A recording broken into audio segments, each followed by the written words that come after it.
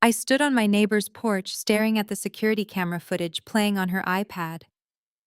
On the screen, my husband was carrying my fireproof safe out of our front door. Right behind him was my own sister holding my jewelry box, and her husband, the regional bank manager, was directing the moving truck. They were stealing my entire life while I was supposed to be out of town. But the biggest mistake they made was underestimating the woman they were robbing. I did not scream. I pulled out my phone and checked my bank balance. $450,000 was gone. I smiled because they had just handed me the key to their absolute destruction. My name is Natalie. I am 33 years old and I work as a forensic accountant specializing in corporate fraud. Before I continue this story, let me know where you are watching from in the comments below. Hit like and subscribe if you have ever had to outsmart people who thought they could walk all over you. It all started an hour earlier. I had cut my business trip short because of a migraine. All I wanted was my own bed in the house I bought before I met my husband. But when I pulled into my driveway, a dark gray moving truck was backed up to my front steps. Before I could process what was happening, I noticed a yellow sticky note slapped onto my windshield. It was from Martha, my 65-year-old neighbor who used to work as a court clerk. The note said, "Do not go inside, go to my house first, I have something you need to see." I left my suitcase in the trunk and walked quickly across the lawn to Martha's house. She opened her door before I even knocked and pulled me inside, locking the deadbolt behind us. She looked absolutely terrified. She dragged me into her living room and pointed to her iPad resting on the coffee table. It was streaming a live feed from the high-definition camera mounted on her garage. The camera had a perfect view of my front porch. "Look," she whispered, pointing at the bright screen. I stared at the tablet. My husband Derek was supposed to be at a medical supply convention in Miami. Instead, he was hauling my grandmother's antique silver chest out of my house. Then my sister Naomi walked out carrying a massive stack of my winter coats. And standing by the tailgate of the truck was Naomi's husband Jamal. Jamal is a regional credit manager at the exact local bank where Derek and I keep our joint savings and my business escrow accounts. Martha looked at me with deep pity in her eyes. "They have been at it for 3 hours, Natalie. I saw Derek pull up and I knew you were supposed to be out of town. Then your sister showed up with empty boxes. They are emptying it." On the screen, Jamal gave Derek a high five. Seeing Jamal there made my blood run completely cold. 3 years ago, when Jamal and Naomi were drowning in debt, I co-signed the loan for his car. Now he was actively helping my husband strip my home bare. It was a calculated corporate raid on my personal life. "Did you call the police?" Martha asked, reaching for her landline. "No," I replied, my voice completely steady. The initial shock was fading into a cold and clinical rage. My profession trained me for moments exactly like this. When numbers do not add up, you do not panic, you simply gather evidence. The police will say this is a civil matter because Derek is my husband. He has the legal right to be in the house, and with Jamal there, I guarantee they have rigged the finances. I reached into my pocket and opened my banking app.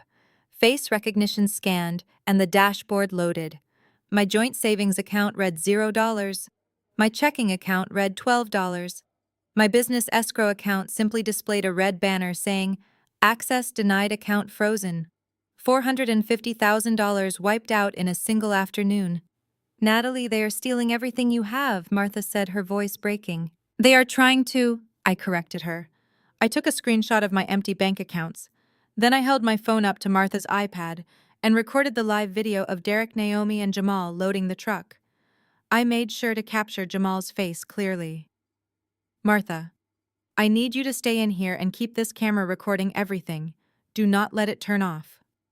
"Where are you going?" she asked, looking panicked. I turned toward the front door. "I am going to say a little hello to my husband." The damp grass soaked through my shoes as I marched straight across the property line. I did not sneak around the hedges. I did not hide. I walked right up the metal ramp of the moving truck just as my husband emerged from our front door. His arms were wrapped tightly around my heavy, fireproof safe.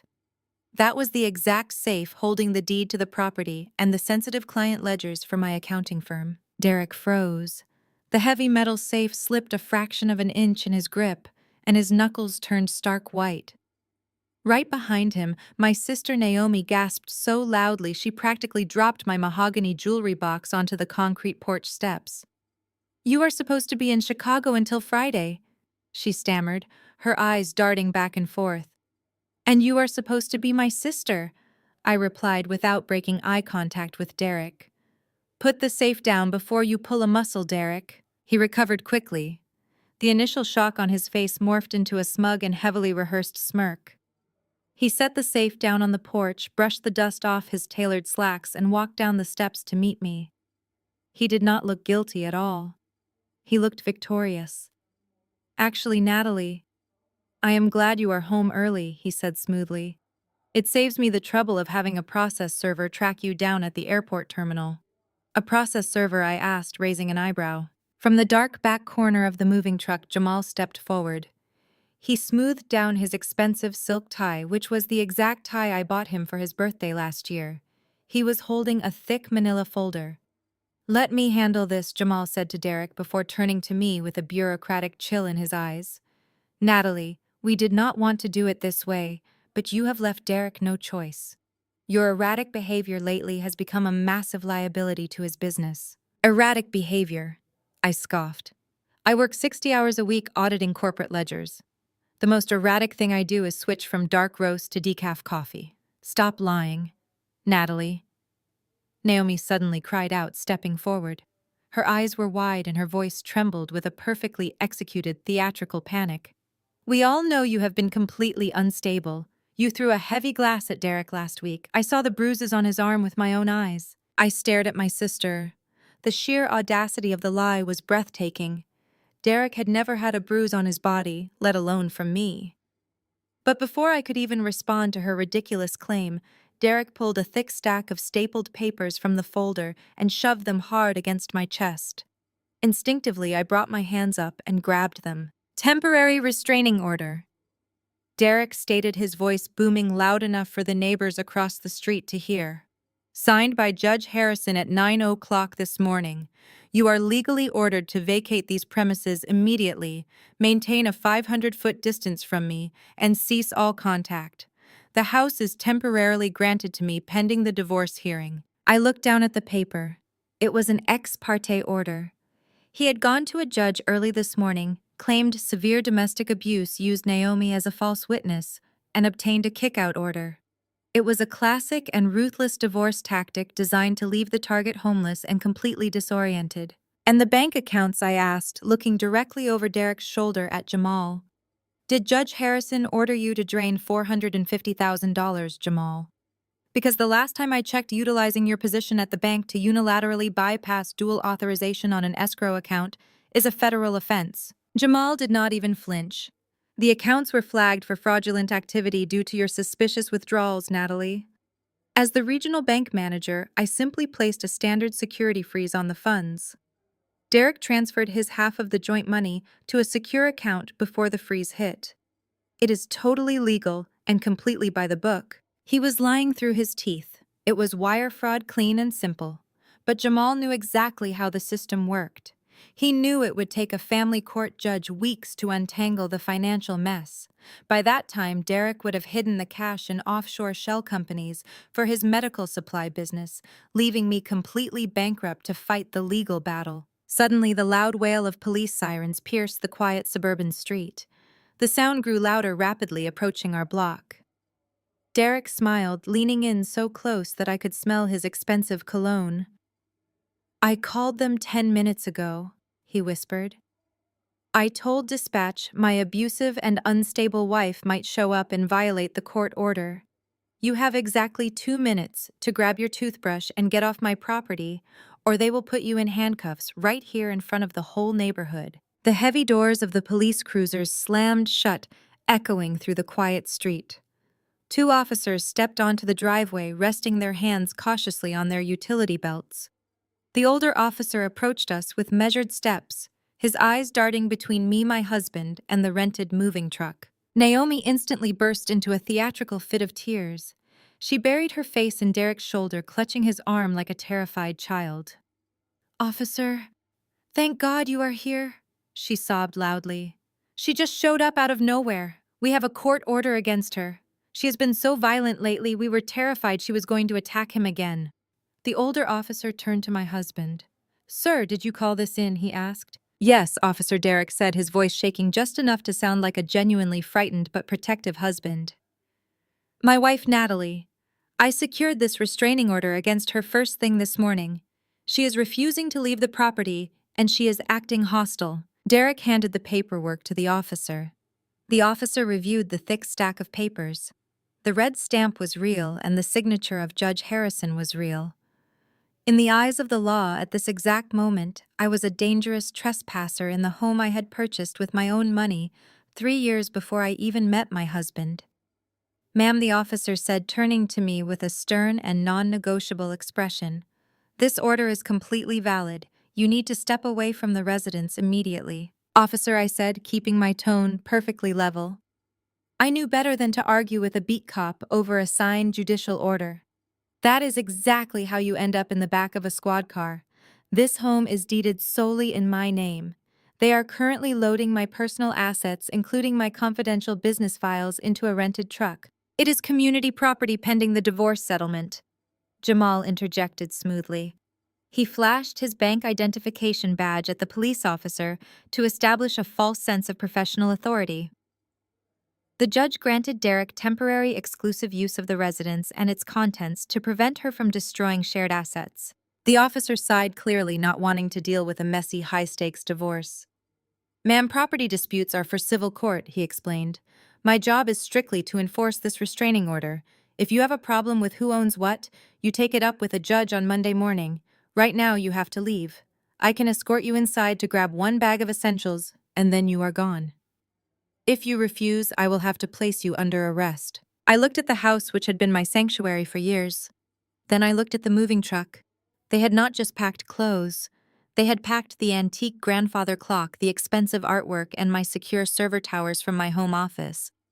Fine, I said. I did not argue and I did not cry. I walked past Derek and Naomi, escorted by the armed officer, and stepped through the front door. The place was stripped completely bare. It looked exactly like a bank foreclosure. Echoes of my footsteps bounced off the empty walls where my favorite paintings used to hang. I walked upstairs to my office. My main desktop computer was gone, just as I expected, but they had missed the heavy fireproof briefcase shoved deep in the back of the air conditioning closet. It was my emergency go bag containing my backup hard drives, encrypted passwords, and offline client ledgers. I grabbed the briefcase, threw a few changes of clothes into a duffel bag, and walked back downstairs. Derek was waiting by the front door while the officer had stepped onto the porch to radio dispatch. This is what happens when you prioritize your spreadsheets over your husband, Natalie. Derek whispered, his voice dripping with venom. I warned you I would not settle for being second best. Now I have the house, I have the cash, and by the time I am done with your business in court, you will not even have a license to count pennies. I stopped in the doorway. I looked at the man I had slept next to for 4 years. I looked at his expensive watch, which was paid for by my salary. Derek, I said softly, my voice barely carrying over the sound of the police radio outside, you always were terrible at math. I walked out the door. I did not look back at Naomi, who was avoiding my gaze, or Jamal, who was smirking from the back of the truck. I put my duffel bag and briefcase into the trunk of my car, got into the driver's seat, and started the engine. As I backed out of the driveway, I watched them in the rearview mirror. They were celebrating. They thought they had successfully executed a flawless corporate raid on my life. They thought I was just a number cruncher who would be crushed by the weight of the legal system. They had no idea that a forensic accountant does not just count money. We track it. We find the hidden offshore accounts, the shell companies, the forged invoices, and the tax evasion.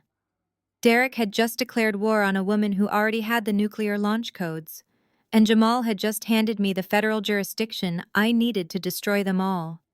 I pulled out of the neighborhood and headed toward the cheapest, most untraceable motel I could find on the outskirts of the city.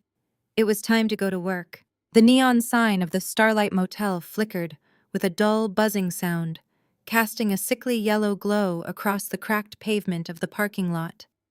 It was exactly the kind of place I needed. No credit cards required, no questions asked.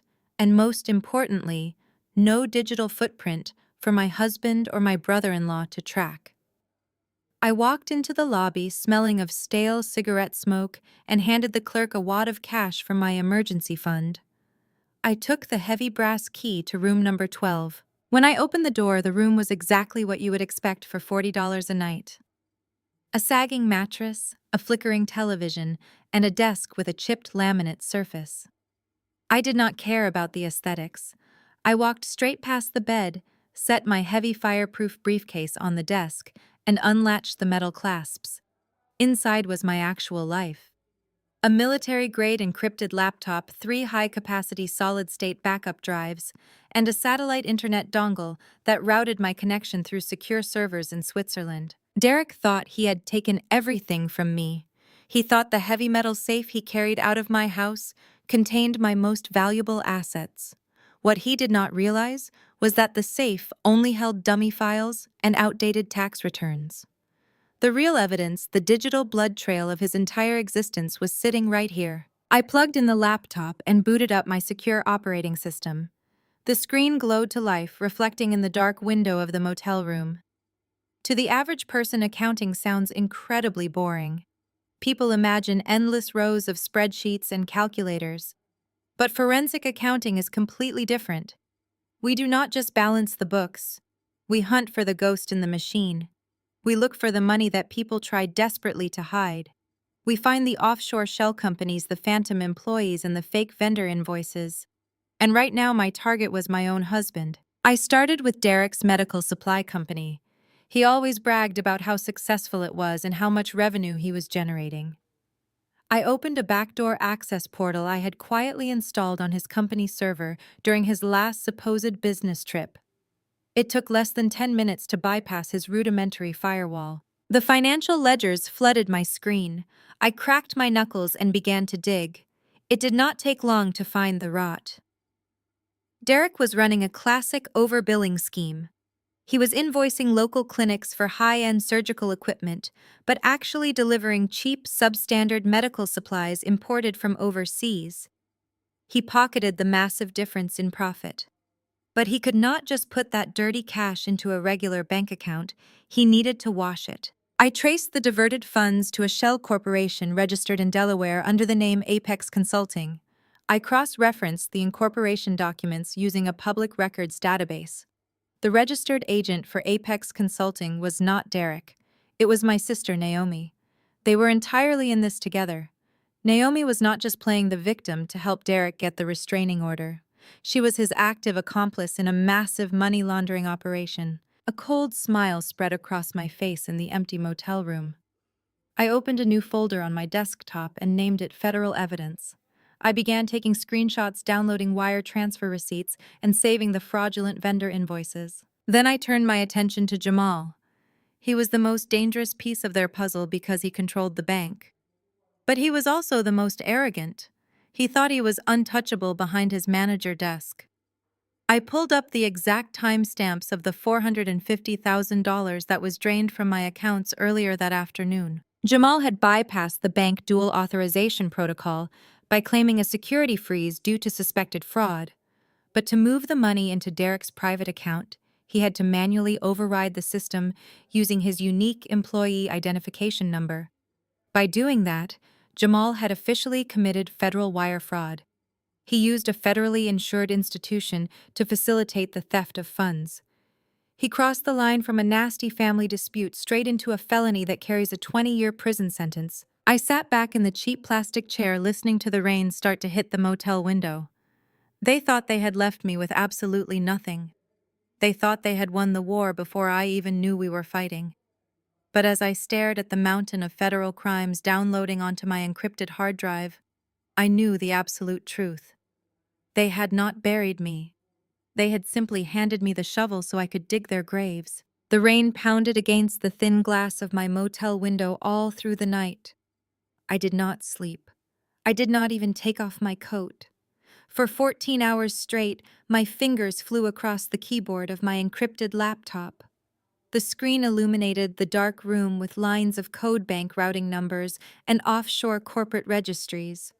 When people hear the word accountant, They picture a quiet employee sitting in a cubicle filing tax returns and organizing receipts. They think of calculators and boring spreadsheets. That is a massive misconception. I am a forensic accountant. I do not do taxes. I dismantle financial empires. My job is to walk into the ruins of collapsed corporations and find out exactly who stole the money and where they buried it. I am trained to spot the invisible threads connecting a fake invoice in Chicago to a secret bank account in the Cayman Islands. I traced digital blood, and now I was using a decade of professional training to dissect my own marriage. By sunrise, I had completely mapped out my husband's criminal enterprise. Derek thought he was a criminal mastermind, but financially speaking, he was incredibly sloppy. I pulled up his medical supply inventory logs and cross-referenced them with the shipping manifests from the local port authority. The scam was painfully obvious once you knew where to look.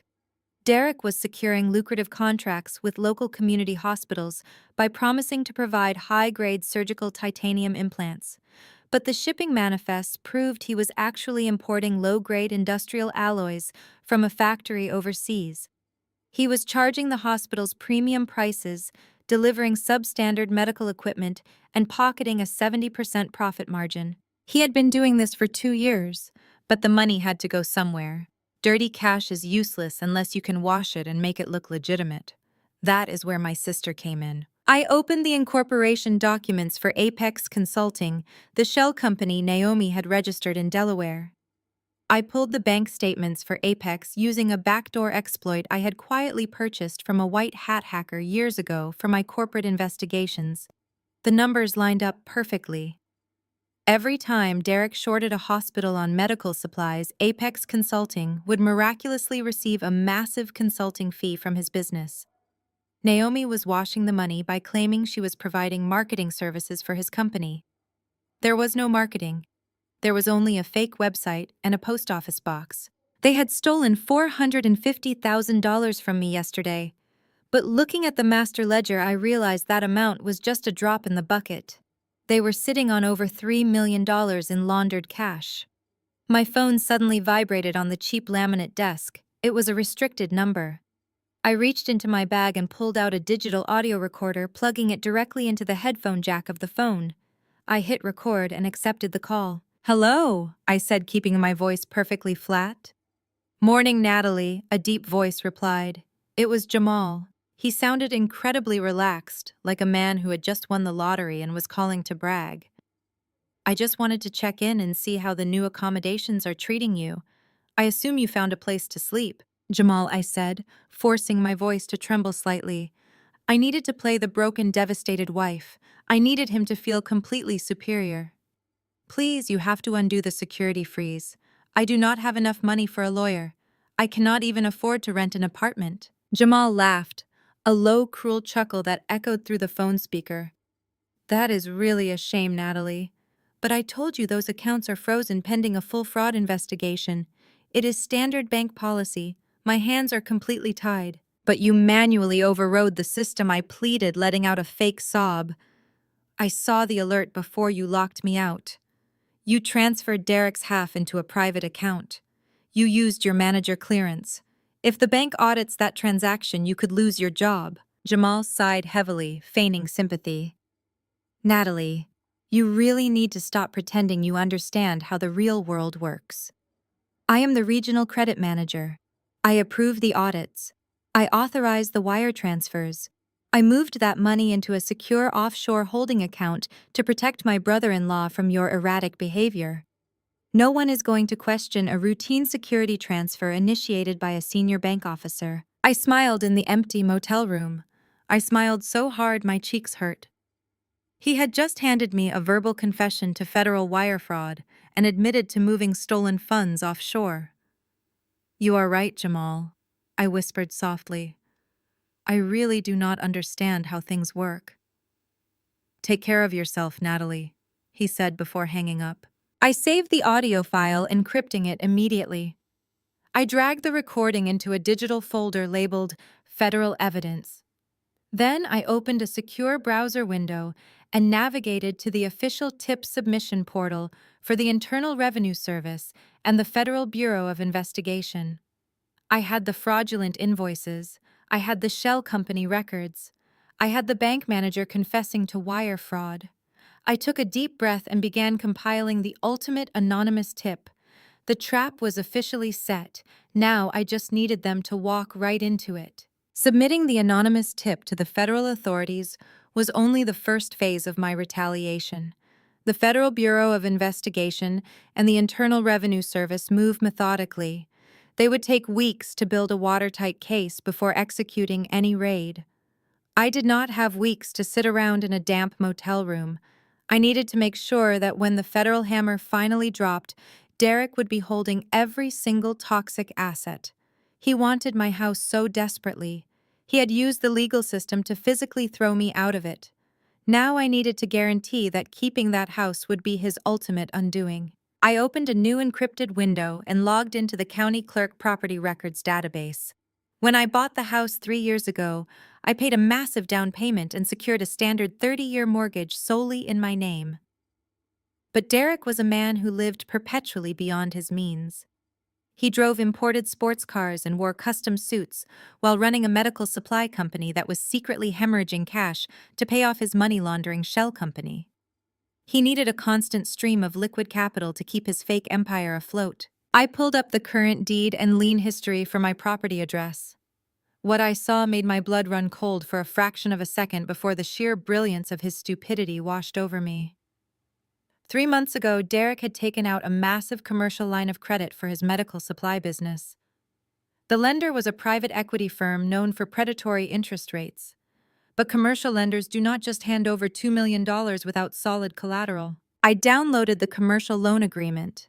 There on page 47 was the collateral schedule. Derek had used our primary residence, my house, as the collateral for his high-risk business loan. It is a financial maneuver called cross-collateralization. But because the house was legally deeded only in my name, he could not have leveraged it without my explicit consent. I zoomed in on the signature page of the loan agreement. There was my name, Natalie, signed in blue ink at the bottom of the document. The signature was a near-perfect forgery, but to a forensic auditor, the micro-hesitations in the pen strokes were glaringly obvious. Derek had forged my signature and committed felony mortgage fraud to secure his business loan. And because Jamal was the regional bank manager who approved the preliminary asset verification, he had facilitated this secondary crime as well. They thought they were financial geniuses. They thought they had outsmarted a woman who literally dismantled corporate fraud for a living. By forging my name, Derek had tied the fate of my house directly to the fate of his fraudulent medical supply company. If his company defaulted on the loan, or if his assets were frozen by federal investigators, the private equity firm would immediately foreclose on the house to recover their money. I leaned back in the cheap plastic motel chair and stared at the glowing screen. A beautiful and terrifying plan began to formulate in my mind. Derek had filed for an emergency divorce and served me with a restraining order because he wanted total control of the assets. He wanted the business, he wanted the laundered cash, and he wanted the house. My original instinct was to fight him in court and prove the house was mine. But doing that would mean I was fighting to keep a property that was now secretly burdened by $2 million of fraudulent commercial debt. Why fight to keep a sinking ship when you can simply hand the captain the steering wheel and lock the heavy steel doors? If I went into the preliminary divorce hearing and fought him, his lawyers would drag the process out for years. But what if I just surrendered? What if I walked into that courtroom, played the part of the broken and defeated wife, and signed over my entire ownership stake in the house? The moment I legally transferred the deed to Derek, he would assume full legal responsibility for the property and any criminal encumbrances attached to it. He would officially become the sole owner of a house tied to a money laundering operation that the federal government was currently investigating. I closed the laptop and packed it securely back into my fireproof briefcase. The sun was fully up now, casting harsh daylight through the motel window. I walked over to the cracked mirror above the sink and splashed cold water on my face. I had exactly 4 days until the preliminary divorce hearing. 4 days to practice my tears. 4 days to perfect the performance of a shattered woman who was giving up everything. I grabbed my car keys and walked out of the room. I was ready for court. I left the Starlight Motel with my briefcase securely locked in the trunk of my car. I had 4 days until the divorce hearing, but my case against Derek was not completely bulletproof yet. Digital evidence is powerful, but a good defense attorney can argue that a server was hacked or internet addresses were spoofed. To guarantee a federal indictment, I needed the physical shadow books. Every fraudster keeps a second set of books. They need a real accounting of their stolen money so they do not accidentally go bankrupt while pretending to be rich. I knew Derek kept his shadow ledger at his commercial warehouse. I drove across town toward the industrial district. Derek owned a massive distribution center for his medical supply business. Because the divorce had not been finalized, and no judge had removed my name from the corporate access list, my security badge was still completely active. I parked my car 2 blocks away and walked to the rear entrance of the facility. It was just past 6 in the morning.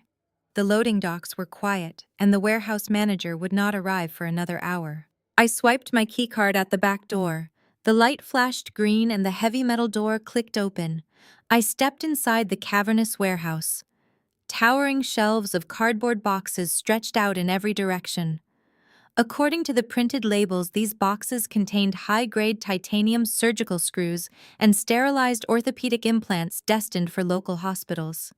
I pulled a pocket knife from my jacket and sliced open one of the boxes. I pulled out a sealed plastic package. The label claimed it was manufactured in Germany, but the faint chemical smell of the plastic and the cheap barcode told a completely different story. It was counterfeit. Derek was not just stealing money. He was supplying defective surgical hardware to state-funded hospitals. This was no longer just a white-collar crime. It was massive Medicare fraud and reckless endangerment of human life. I walked quickly up the metal stairs to the glass-enclosed executive office. I punched my birth year into the digital keypad on the door. He was incredibly predictable. The door unlocked and I stepped into his office. It smelled like his expensive cologne and stale coffee. I went straight for the heavy oak filing cabinet in the corner. It was locked, but Derek always kept the spare key taped underneath his desk drawer. I reached under the wood, felt the small piece of tape, and peeled the key free. I unlocked the bottom drawer of the cabinet. There it was, a thick black leather binder sitting beneath a stack of old vendor catalogs. I pulled it out and dropped it onto the glass desk. I opened the binder and began flipping through the pages. This was the holy grail of financial ruin. It was a meticulously handwritten ledger documenting every single illegal transaction for the past 3 years. Derek had logged the exact amount of cheap supplies he purchased from overseas, the inflated prices he charged the hospitals, and the massive kickbacks he funneled into my sister Naomi and her fake consulting firm. He even had a column detailing the cash bribes he paid to a hospital purchasing director to ensure they kept winning the massive supply contracts. I pulled out my phone and began photographing every single page of the ledger. My hands moved with robotic precision. Snap. Turn the page. Snap. Turn the page. I captured 50 pages of undeniable federal crimes. This ledger proved that the $2 million commercial loan he secured by forging my signature on our house was built on a foundation of severe criminal activity. Suddenly, the heavy metal door on the ground floor of the warehouse slammed shut. The sound echoed loudly through the empty building. I froze. Heavy footsteps began echoing on the concrete floor heading toward the metal staircase. It was Derek. He must have come in early to manage a new shipment of counterfeit goods. I had exactly 30 seconds before he reached the top of the stairs. I shoved the black binder back into the bottom drawer, locked the cabinet, and slipped the key back under his desk. I grabbed my phone and backed away from the glass walls of the office. The footsteps grew louder on the metal grates of the stairs. I slipped out the side door of his office, which led to the upper catwalk overlooking the warehouse floor.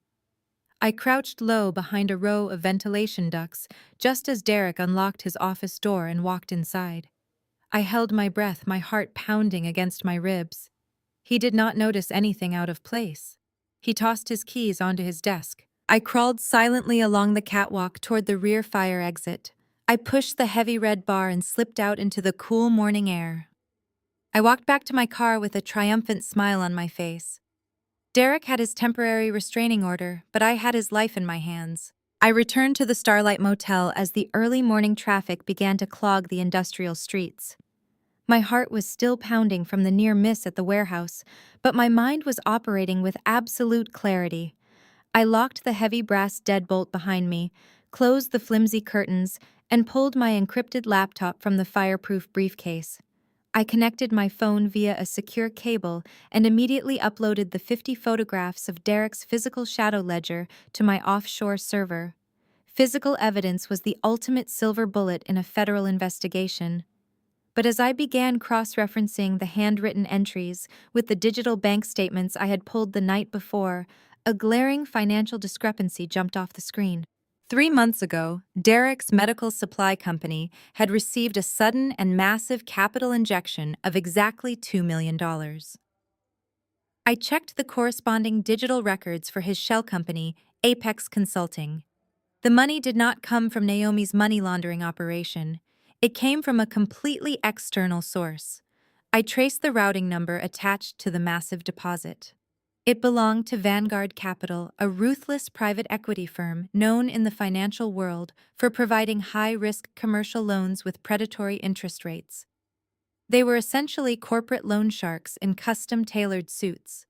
But private equity firms do not just hand out $2 million to a mid-level medical supply company based on a smile and a firm handshake. They require ironclad collateral to protect their investment. A cold knot formed in my stomach as my fingers flew across the keyboard. I opened a new secure browser window and logged directly into the County Clerk Property Records database. I typed in the address of my house, the house I had purchased solely in my name 3 years before I even met Derek. The database loaded the deed and lien history onto my screen. There it was in plain black and white. A massive commercial lien placed on the property exactly 3 months ago. Derek had used my primary residence as the collateral for his high-risk business loan. In the financial sector, this is known as cross-collateralization. It is a highly aggressive strategy where a business owner leverages personal real estate to fund corporate debt. But because the house was legally deeded only in my name, he could not have possibly leveraged it without my explicit legal consent. I downloaded the scanned document of the commercial loan agreement from the county database. I scrolled rapidly past the terms, the aggressive interest rates, and the strict default clauses until I reached page 47, the signature page. I stared at the glowing screen. There at the bottom of the document was my name, Natalie, signed in bright blue ink. To the untrained eye, it looked like my handwriting, but to a forensic auditor, the forgery was glaringly obvious. The micro-hesitations in the loops of the letters and the inconsistent pen pressure told the entire story. Derek had forged my signature to secure the loan. He had committed felony mortgage fraud. But a forged signature alone is not enough to secure a $2 million commercial loan. You need a licensed notary public to verify the identity of the signer. I zoomed in on the notary stamp located just below my forged signature. The stamp belonged to a woman named Brenda Davis. I opened a new tab and searched her name in the state registry. She was a senior loan officer at the exact local bank branch where Jamal was the regional credit manager. The puzzle pieces snapped together with terrifying clarity. Jamal had not just frozen my accounts and stolen my cash. He was the inside man for the mortgage fraud. He had forced his subordinate to illegally notarize my forged signature, using his authority as the regional manager to push the paperwork through without raising any red flags. Derek, Naomi, and Jamal were bound together by a web of federal crimes so tight that if one of them fell, they would all go down. Suddenly, Derek's aggressive legal strategy made perfect sense. I had thought he filed the emergency restraining order and kicked me out of the house purely out of spite. I thought he just wanted to hurt me. But this was not about cruelty. This was about sheer survival. Derek was bleeding cash. His counterfeit medical supply scheme was barely covering the exorbitant interest payments to Vanguard Capital. He needed total control of the house because if I discovered the fraudulent lien and reported it, the private equity firm would immediately call the loan into default. They would liquidate his company and seize the property.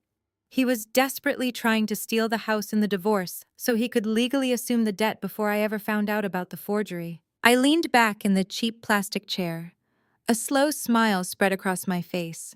They thought they were financial geniuses. They thought they had backed me into a corner. But they had actually built their own execution chamber. If I fought him for the house in family court, it would take years to untangle the fraud. But if I simply walked into the hearing next week and surrendered the deed to him, he would legally absorb a property burdened by a fraudulent $2 million debt tied directly to a money laundering operation.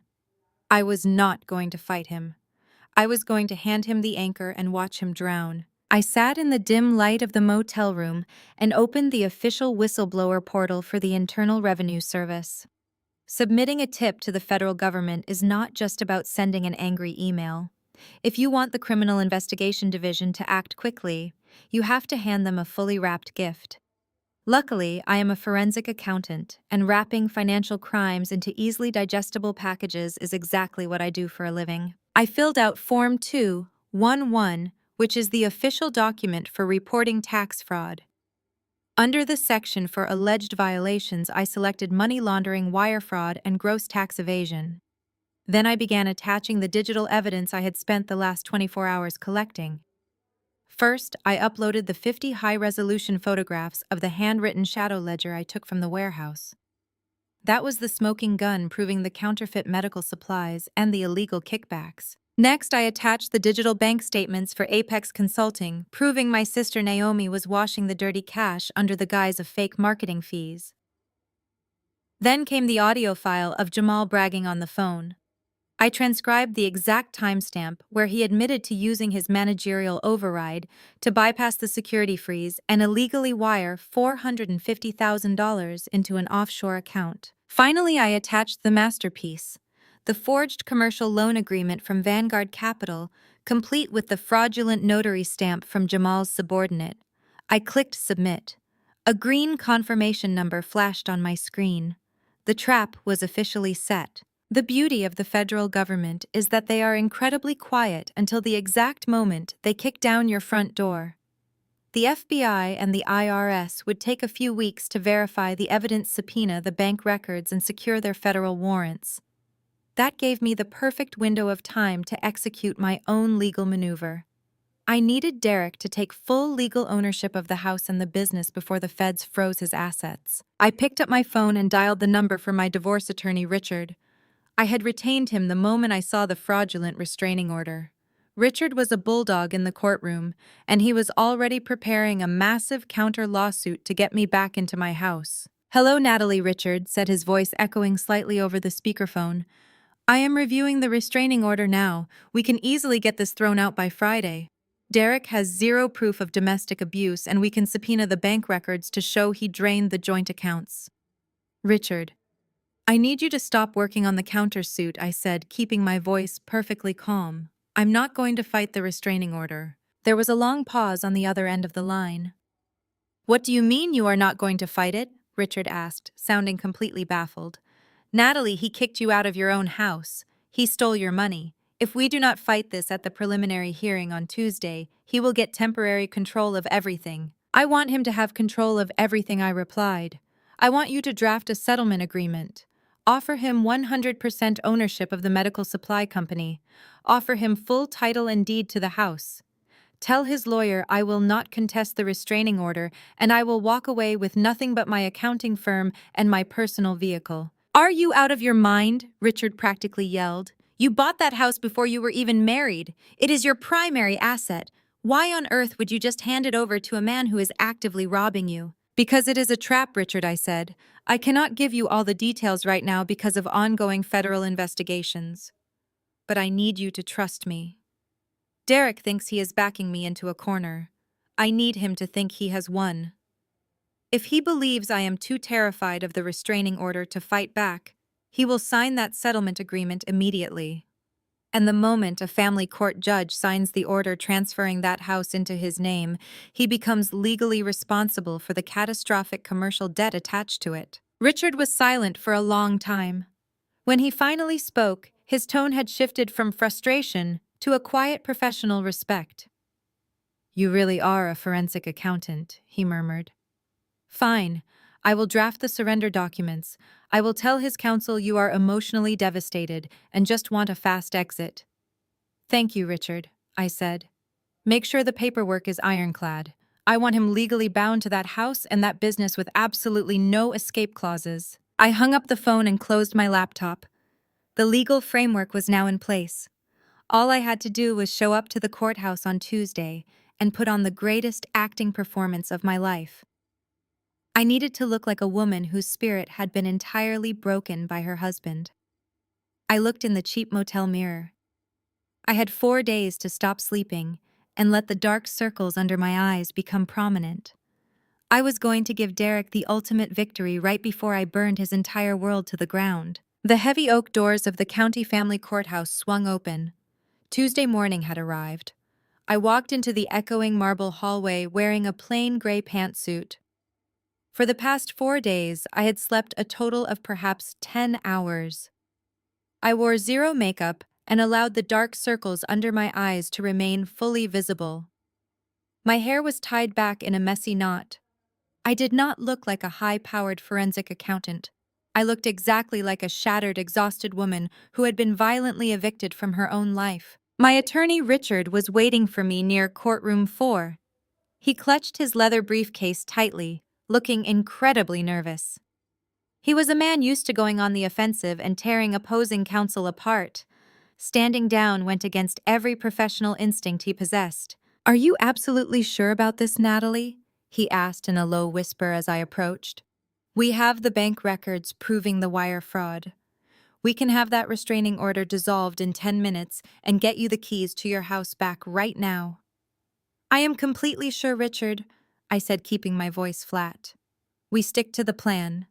I surrender everything today." Before Richard could argue further, the elevator doors at the end of the hall slid open. Derek stepped out looking like he had just conquered the world. He wore a custom navy blue suit, a crisp white shirt, and a silk tie. Walking right beside him was my sister, Naomi. She wore a modest pastel dress and held a small tissue in her hand, playing the role of the deeply traumatized witness to perfection. Derek's attorney, a notoriously aggressive divorce lawyer named Trent, flanked them on the other side. Derek caught my eye across the hallway. A wide, arrogant smirk spread across his face. He leaned down and whispered something to Naomi, who quickly looked away from me, feigning fear. They thought my pale face and quiet demeanor were signs of total defeat. They thought I was terrified of a public legal battle. They had no idea I was simply setting the stage. The bailiff opened the doors and we filed into the courtroom. The room was cold and smelled of floor wax. I sat at the petitioner table next to Richard, keeping my eyes locked on the wooden desk in front of me. I forced my shoulders to slump. I made my hands tremble slightly as I folded them in my lap. Judge Harrison entered the room and took his seat at the bench. He was a stern man with white hair who had little patience for domestic theater. He opened the thick file in front of him and adjusted his reading glasses. "We are here for the preliminary hearing regarding the ex parte temporary restraining order filed by Derek against his wife Natalie," the judge announced. "Counselor, you may proceed." "You may." Trent stood up immediately, buttoning his suit jacket. "Your Honor, my client is respectfully requesting that the temporary restraining order be made permanent.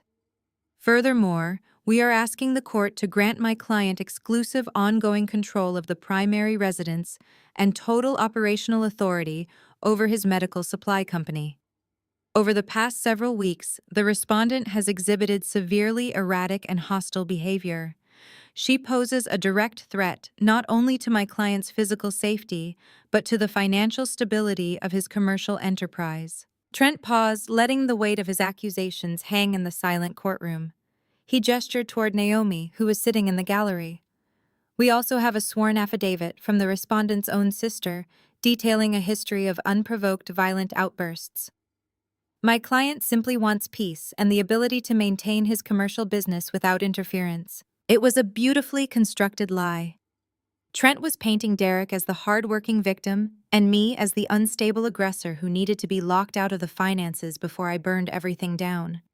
Derek sat tall in his chair looking incredibly solemn. Judge Harrison turned his gaze toward our table.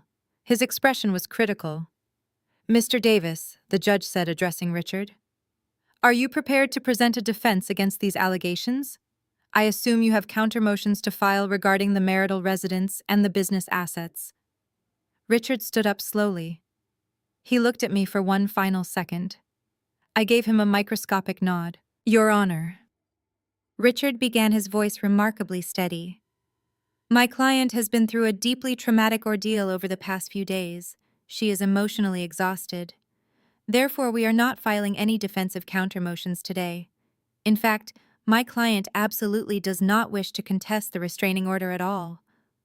A sudden collective gasp seemed to completely suck all the heavy air right out of the opposing defense table. The heavy silence in the courtroom was broken only by the sound of Trent dropping his expensive gold pen onto the hardwood table.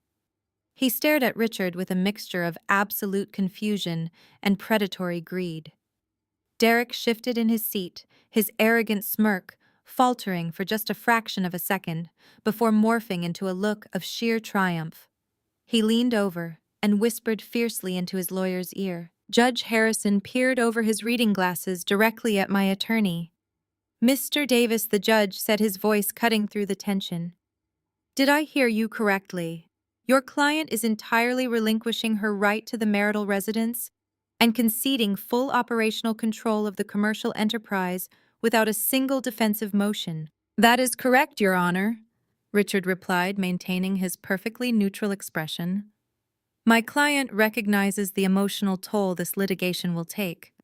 She simply wants to step away and allow Derek to assume full and total responsibility for his business and the property." Trent immediately jumped to his feet, sensing a trap, but too blinded by the prospect of a total victory to care. "Your Honor," Trent practically shouted, "if the respondent is conceding, we request that the court immediately draft a binding order granting my client exclusive title to the house and 100% equity in the medical supply company. We also request that the temporary restraining order be converted into a permanent injunction." Judge Harrison held up a hand to silence the aggressive lawyer. "Not so fast, counselor," the judge warned. "The court does not simply rubber stamp the complete forfeiture of significant marital assets just because one party is tired. To grant a permanent injunction of this magnitude and strip a spouse of her primary residence, I need the allegations of abuse and financial sabotage placed formally on the record under oath. Call your witness." Trent nodded sharply and turned toward the gallery. "The defense calls Naomi Carter to the stand." Naomi stood up, brushing imaginary lint off her pastel dress. She walked slowly toward the witness box, keeping her head slightly bowed. She placed her hand on the Bible, swore to tell the truth, and sat down. She looked like the perfect picture of a grieving, concerned sister. I kept my eyes locked on my folded hands, refusing to give her the satisfaction of my anger. "Please state your name for the record," Trent said, pacing slowly in front of the stand. "Naomi Carter," she replied, her voice trembling perfectly. "I am the younger sister of the respondent, Natalie." "Miss Carter," Trent continued, his tone gentle and coaxing, "can you describe your sister's behavior over the past 6 months, particularly regarding her husband's business?" Naomi took a deep breath and let out a shaky sigh. "It has been terrifying," she said, wiping a non-existent tear from her cheek. "Natalie has always been highly controlling, but recently she became completely unhinged. She was constantly screaming at Derek. She threatened to destroy his medical supply company just to punish him. Last week I went to their house to drop off some groceries. I heard glass shattering. When I ran inside, Natalie was throwing things at him. She was screaming that she would burn the business to the ground and take the house with it." "And did you fear for your brother-in-law's safety?" Trent asked, pausing for dramatic effect. "I feared for both of them." Naomi sobbed softly, gripping the edges of the witness stand. Derek has worked so hard to build his company. He is providing vital medical supplies to our local hospitals. Natalie was deliberately trying to sabotage his shipments and ruin his contracts. Derek had to freeze their joint bank accounts just to stop her from draining his operating capital. She is not in her right mind. That is why we had to get the restraining order. We just wanted to stop her before she did something unforgivable. It was an absolute masterpiece of perjury. She managed to justify the frozen bank accounts excuse, Derek's aggressive legal tactics, and paint my surrender as the actions of a guilty, unstable woman. She provided the exact legal foundation Judge Harrison needed to grant Derek total control of the heavily leveraged assets. "Thank you, Miss Carter," Trent said, turning back to the judge with a smug expression. "Your Honor, the testimony clearly establishes the severe threat the respondent poses to the petitioner and his commercial assets. We respectfully demand the immediate transfer of the property deed and the business equity to Derek to protect those assets from further destruction." Judge Harrison looked down at me from the high wooden bench. His dark eyes were entirely devoid of any sympathy. He had heard enough to make a final ruling on the entire settlement today. Judge Harrison leaned forward, clasping his hands together on the elevated wooden bench. He looked past my attorney and focused his stern gaze directly on me. "Mrs. Davis," he said, his voice echoing slightly in the quiet room. "I need to hear this directly from you. Do you fully comprehend the magnitude of what your attorney is proposing? You are waiving your right to contest a permanent restraining order. You are surrendering 100% of your equity in a highly lucrative medical supply corporation, and you are forfeiting all ownership claims to a primary residence valued at over $800,000. Are you doing this voluntarily?" I slowly stood up from the heavy wooden table. I gripped the edge of the desk so tightly, my knuckles turned white, making sure everyone in the courtroom could see my hands physically trembling. I kept my head slightly bowed, refusing to look in Derek's direction. I needed to look like a woman who had been entirely hollowed out by fear and exhaustion. "Yes, Your Honor," I said, my voice cracking perfectly on the first syllable. I took a shallow, shaky breath and forced a single tear to well up in my right eye. "I understand exactly what I am giving up." Judge Harrison softened his expression just a fraction. "But why?" he asked gently. "You purchased that home prior to the marriage. You have a legal right to fight for your share of the marital assets. Why are you simply walking away from everything?" I swallowed hard, letting the silence stretch for a few seconds. I looked over at my sister Naomi, who was sitting in the gallery. She looked back at me with wide, innocent eyes, fully committed to her role as the concerned sibling. Then I looked at Derek. He was sitting completely upright, his chest puffed out, an arrogant smirk playing on his lips. He looked like a predator who had just cornered his prey. "Because I cannot fight him anymore, Your Honor," I whispered, my voice barely carrying across the room. I let the tear finally spill over and track slowly down my cheek.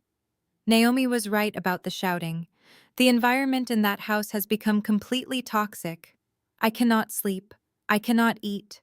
I am terrified of waking up every single day and wondering what the next argument will be about. Derek loves his company more than anything else in the world.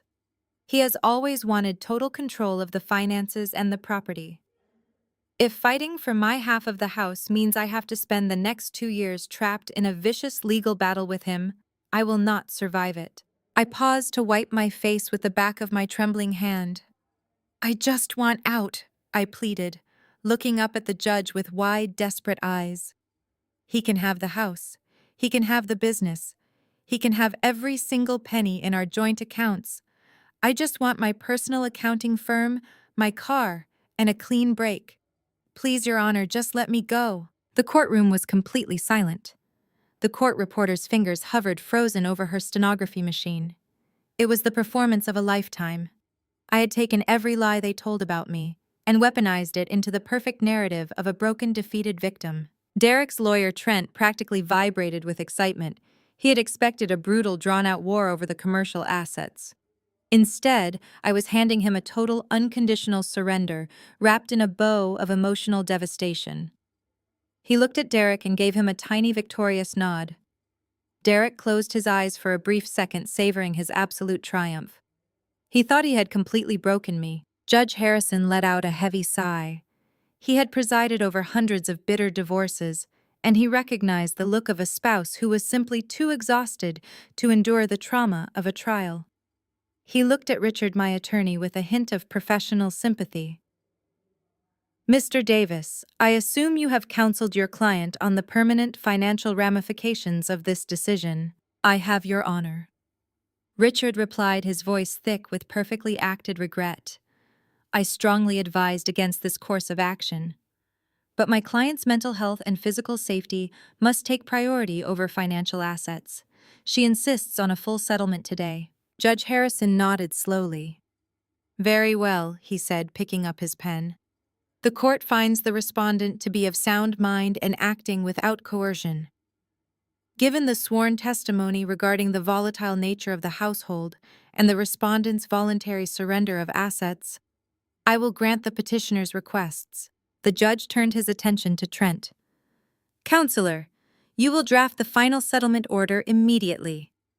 The deed to the primary residence and the total equity of the medical supply company will be transferred exclusively to your client.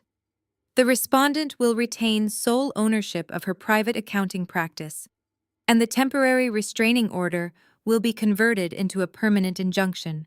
Have the documents prepared and signed by the end of the hour. We will have them drafted immediately. Your Honor, Trent eagerly replied, already pulling a fresh legal pad from his briefcase. I sat back down in my wooden chair. I kept my head bowed and my shoulders slumped, maintaining the facade of a ruined woman. But beneath the desk, my hands stopped trembling. My heart beat with a steady, powerful rhythm. They had swallowed the bait completely. Derek was about to legally bind himself to a fraudulent $2 million debt and a money laundering operation right in front of a sitting judge. The trap was finally springing shut. The clock on the courtroom wall ticked loudly, filling the heavy silence as we waited. Judge Harrison had recessed to his chambers, leaving us in the echoing room while Trent furiously typed up the final settlement order on his laptop. Across the aisle, Derek leaned back in his heavy wooden chair. He crossed his legs and casually checked his expensive watch, acting as if he had just closed a minor business deal instead of destroying a marriage. Naomi sat quietly behind him, occasionally throwing glances in my direction. She was trying to figure out if my breakdown was genuine. I kept my eyes firmly fixed on the polished mahogany table in front of me, making sure my shoulders remained slumped. Inside my head, however, my mind was racing with absolute precision. I was reviewing the federal statutes for commercial fraud and asset forfeiture. The moment Trent printed that document and Derek signed his name on the dotted line, he was officially claiming total ownership of a criminal enterprise. He would not just own the medical supply company. He would own the counterfeit inventory, the fake invoices, and the fraudulent $2 million commercial loan tied directly to the house. After 45 minutes of agonizing theater, Trent finally unzipped his leather briefcase and pulled out a portable wireless printer, the machine whirred to life, spitting out 10 pages of dense legal text.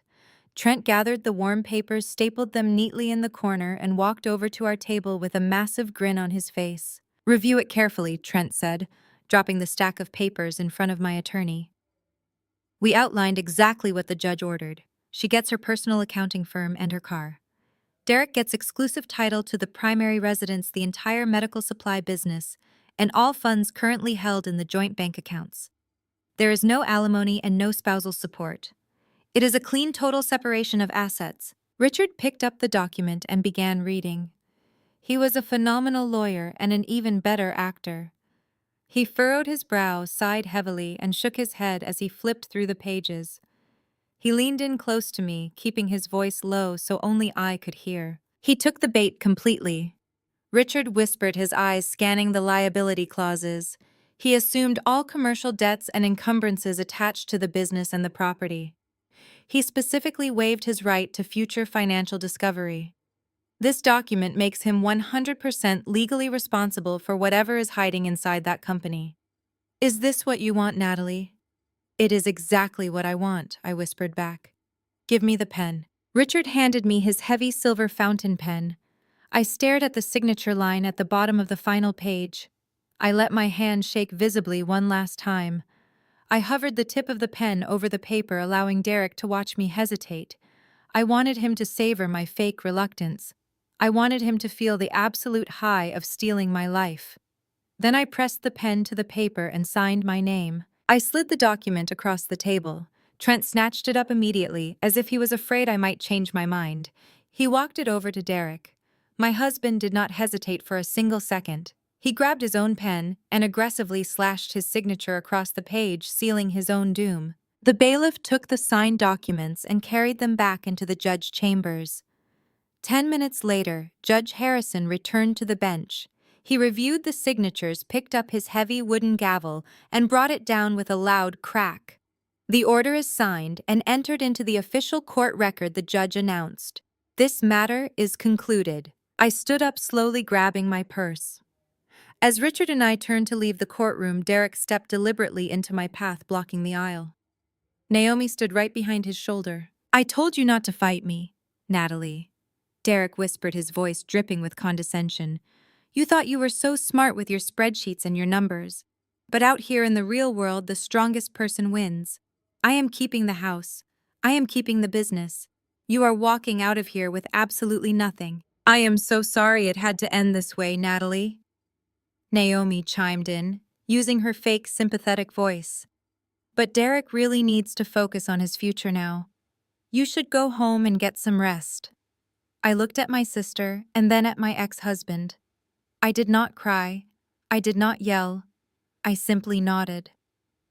"Enjoy the house, Derek," I said softly. "I really hope it brings you everything you deserve." I walked past them, pushing through the heavy oak doors of the courtroom and stepping out into the bright afternoon sun. Richard walked silently beside me until we reached the parking lot. Once we were completely alone between the parked cars, the exhausted facade finally melted off my face. I stood up straight, rolling my shoulders back and taking a deep breath of fresh air. Richard stopped and stared at me. His eyes darted back toward the courthouse, and then back to my perfectly calm expression. "All right, Natalie," he said, crossing his arms. "The papers are filed." The judge signed off. "You just handed him a massive fortune. Now tell me exactly why you are smiling." I unlocked my car door and looked back at my lawyer. "Because Richard," I replied, an icy smile spreading across my face. "I did not just hand him a fortune. I handed him a $2 million federal indictment. The trap is set. Now we just wait for the FBI to spring it." I drove straight from the courthouse to a secure short-term rental apartment I had leased under my corporate business name. The damp motel had served its purpose, but I needed a stable environment with high-speed fiber optic internet for the final phase of my operation. I unpacked my encrypted laptop, brewed a pot of black coffee, and settled in at the kitchen island. The legal transfer was now a matter of public record. Derek wasted absolutely no time. Within 48 hours, he filed the amended Articles of Incorporation with the State Regulatory Board. He formally removed my name as a minority shareholder and listed himself as the sole proprietor and chief executive officer of the medical supply company.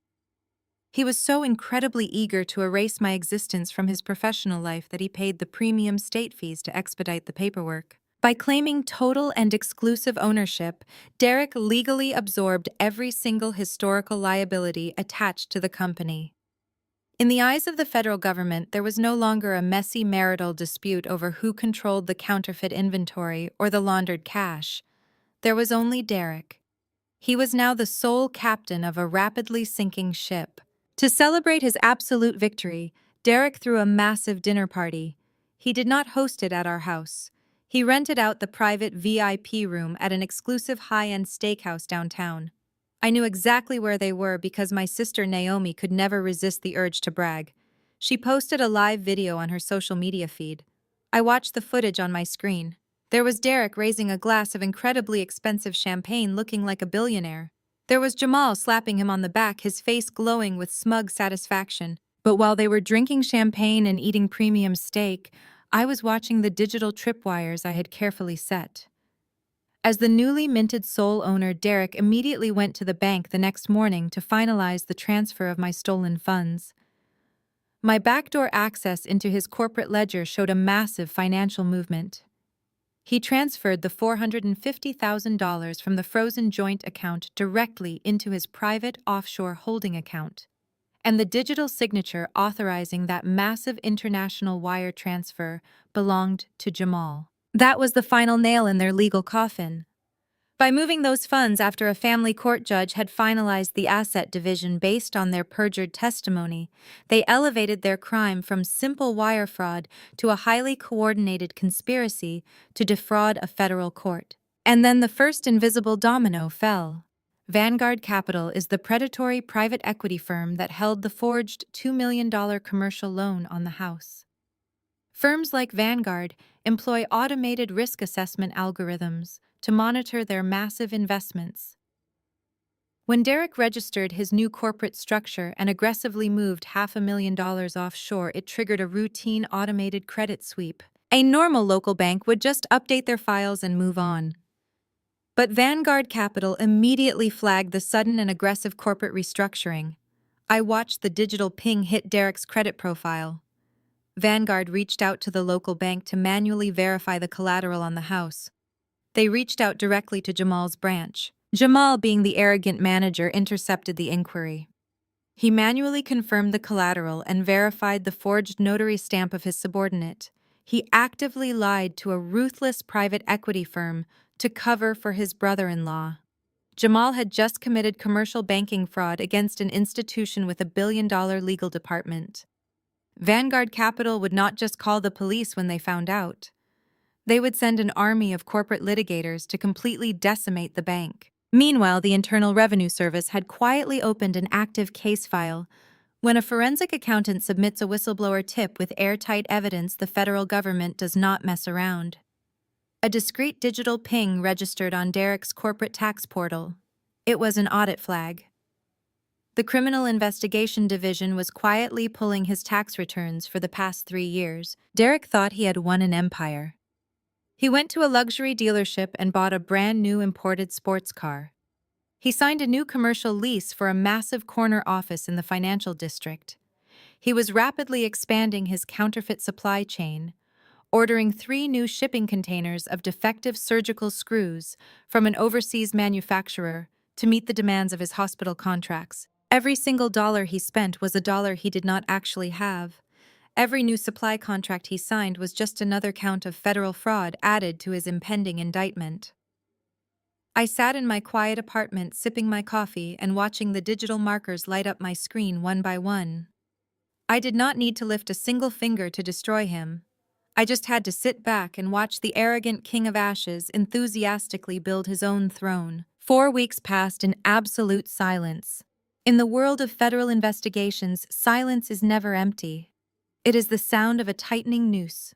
The Internal Revenue Service and the Federal Bureau of Investigation had spent the last 28 days meticulously subpoenaing bank records, freezing offshore routing numbers, and building an airtight criminal indictment. Vanguard Capital had completed their aggressive internal audit and deployed their corporate litigators to quietly surround Jamal and his local bank branch. The trap was fully loaded, and tonight my ex-husband was throwing a massive party to celebrate stepping right onto the trigger. I parked my rented black sedan 3 houses down from my former property. The street was lined with expensive luxury vehicles. Valets in crisp white shirts were jogging back and forth retrieving cars for the arriving guests. Derek had spared absolutely no expense for his grand victory party. He called it a corporate expansion celebration, but I knew exactly what it really was. It was his public coronation. He was showing the world that he had defeated me, taken my house, and ascended to the top of the local financial food chain. From my vantage point in the dark car, I could see the massive glowing tents set up in the backyard. A live jazz band was playing a smooth and expensive-sounding melody that drifted down the quiet suburban street. The front door of the house was wide open, spilling warm yellow light onto the manicured lawn. I watched through my binoculars as Derek stood in the grand entryway. He was wearing a custom-tailored velvet smoking jacket, holding a crystal glass of scotch. He looked incredibly handsome and completely oblivious to his impending doom. He was greeting the chief surgical directors from the local community hospitals. These were the exact men he was currently defrauding by selling them cheap industrial alloys disguised as premium medical-grade titanium. Derek clapped one of the surgeons on the shoulder, laughing warmly as if they were the best of friends. Standing right beside Derek was my sister Naomi. She had completely abandoned the modest pastel dresses she wore to family court. Tonight she was draped in a stunning floor-length emerald silk gown that probably cost more than her entire legitimate annual salary. She was playing the role of the gracious hostess, laughing loudly and kissing the cheeks of the arriving guests. She looked perfectly at home in the house she had helped steal from me. And then there was Jamal. He was holding court near the valet stand, smoking an imported cigar with a group of local banking executives. He was gesturing wildly, telling a story that had the other men laughing uproariously. He thought he was untouchable. He thought his position as a regional credit manager made him a master of the financial universe. He had absolutely no idea that his own employer was currently cooperating with federal authorities to hand him over for felony wire fraud. The sheer arrogance of the display was breathtaking. Every drop of champagne they poured, every catered appetizer they served, and every single expensive cigar they smoked was paid for with stolen money. They were celebrating their wealth using funds that were legally tethered to a $2 million fraudulent commercial loan. I checked the glowing digital clock on my dashboard. It read 8:45 in the evening. The timing had to be absolutely flawless. I reached over to the passenger seat and picked up a thick manila envelope. Inside the envelope were the finalized foreclosure documents from Vanguard Capital and a copy of the federal indictment that was about to be unsealed. I had received a quiet phone call from my whistleblower contact at the Internal Revenue Service earlier that afternoon. The federal warrants were signed. The raid was officially scheduled for 9 o'clock tonight. I watched a waiter walk past the front window carrying a silver tray of oysters. The party was reaching its peak. The music swelled and the laughter echoed down the street. It was the perfect moment. In classical tragedies, the hero always allows the villain to reach the absolute height of their power before striking them down. The fall is always much more devastating when you push them from the highest possible peak. I turned off the engine of my rented car. I checked my reflection in the rearview mirror. I was not wearing the drab gray pantsuit from the courtroom. I was wearing a sharp-tailored crimson blazer and black stilettos. I looked exactly like the highly successful forensic accountant that I truly was. The woman who let them win was completely gone. The woman who was about to collect their debts had finally arrived. I stepped out of the car into the cool evening air. I did not bother to lock the doors. I gripped the manila envelope tightly in my right hand and began walking down the sidewalk toward the glowing house. The jazz music grew louder with every step I took. It was time to crash the party. I walked up the concrete driveway, my stilettos clicking rhythmically. The sharp sound cut through the soft jazz music drifting from the backyard. A valet stepped forward asking for my keys, but I walked past him without breaking stride. The heavy oak front doors stood open, welcoming the city elite into the home Derek had stolen from me. I stepped into the grand foyer. The entryway was completely transformed. Derek had replaced my antique furniture with cold glass tables and abstract sculptures. It looked like the lobby of a pretentious corporate hotel. The house was packed with people holding crystal champagne flutes. At first, no one noticed me. I was just another well-dressed woman in a sea of expensive suits and designer gowns. I walked straight past a group of local politicians and made my way toward the massive arched doorway leading into the main living room. That is where my sister Naomi was holding court. She stood near the marble fireplace, her emerald silk gown catching the warm light of the chandelier. She was throwing her head back in exaggerated laughter at a joke made by the chief of surgery. As her laughter subsided, her eyes swept across the room and locked directly onto mine. The reaction was instantaneous. The smile vanished from her face as if wiped away by a physical blow. Her hands gripped her champagne flute so tightly I thought the delicate crystal might shatter. She whispered something to the surgeon, excused herself abruptly, and began pushing her way through the crowded room toward me. "What are you doing here?" Naomi hissed, her voice a panicked whisper as she intercepted me. "You are not invited, Natalie. You need to leave right now before Derek sees you." I looked my sister up and down, taking in the expensive gown and the diamond necklace resting against her collarbone. "That is a beautiful necklace," I said, keeping my voice perfectly conversational. "I assume you bought it with the marketing fees from Apex Consulting." Naomi flinched as if I had slapped her. The color drained completely from her face. "How do you know that name?" She breathed, her eyes darting around the room to see if anyone was listening. Before I could answer, a heavy hand clamped down firmly on my shoulder. I turned around to face my ex-husband. Derek had crossed the room with the speed of a predator defending its territory. His custom velvet smoking jacket looked ridiculous up close, but his anger was entirely genuine. "I thought I made myself perfectly clear in the courtroom." Derek snarled, his fingers digging painfully into my blazer. "You do not belong here anymore. This is my house. These are my guests. You have exactly 30 seconds to walk out that front door before I have my security drag you off the property and have you arrested." I did not pull away from his grip. I simply looked down at his hand and then back up into his furious eyes. "Let go of me, Derek," I said, my voice dropping to a dangerous, icy register. "Or I promise you the local police will be the least of your concerns tonight." Derek scoffed, but removed his hand, taking a step back to assess me. He looked at the sharp, crimson blazer and the calm expression on my face. This was not the broken, weeping woman who had surrendered everything to him 4 weeks ago.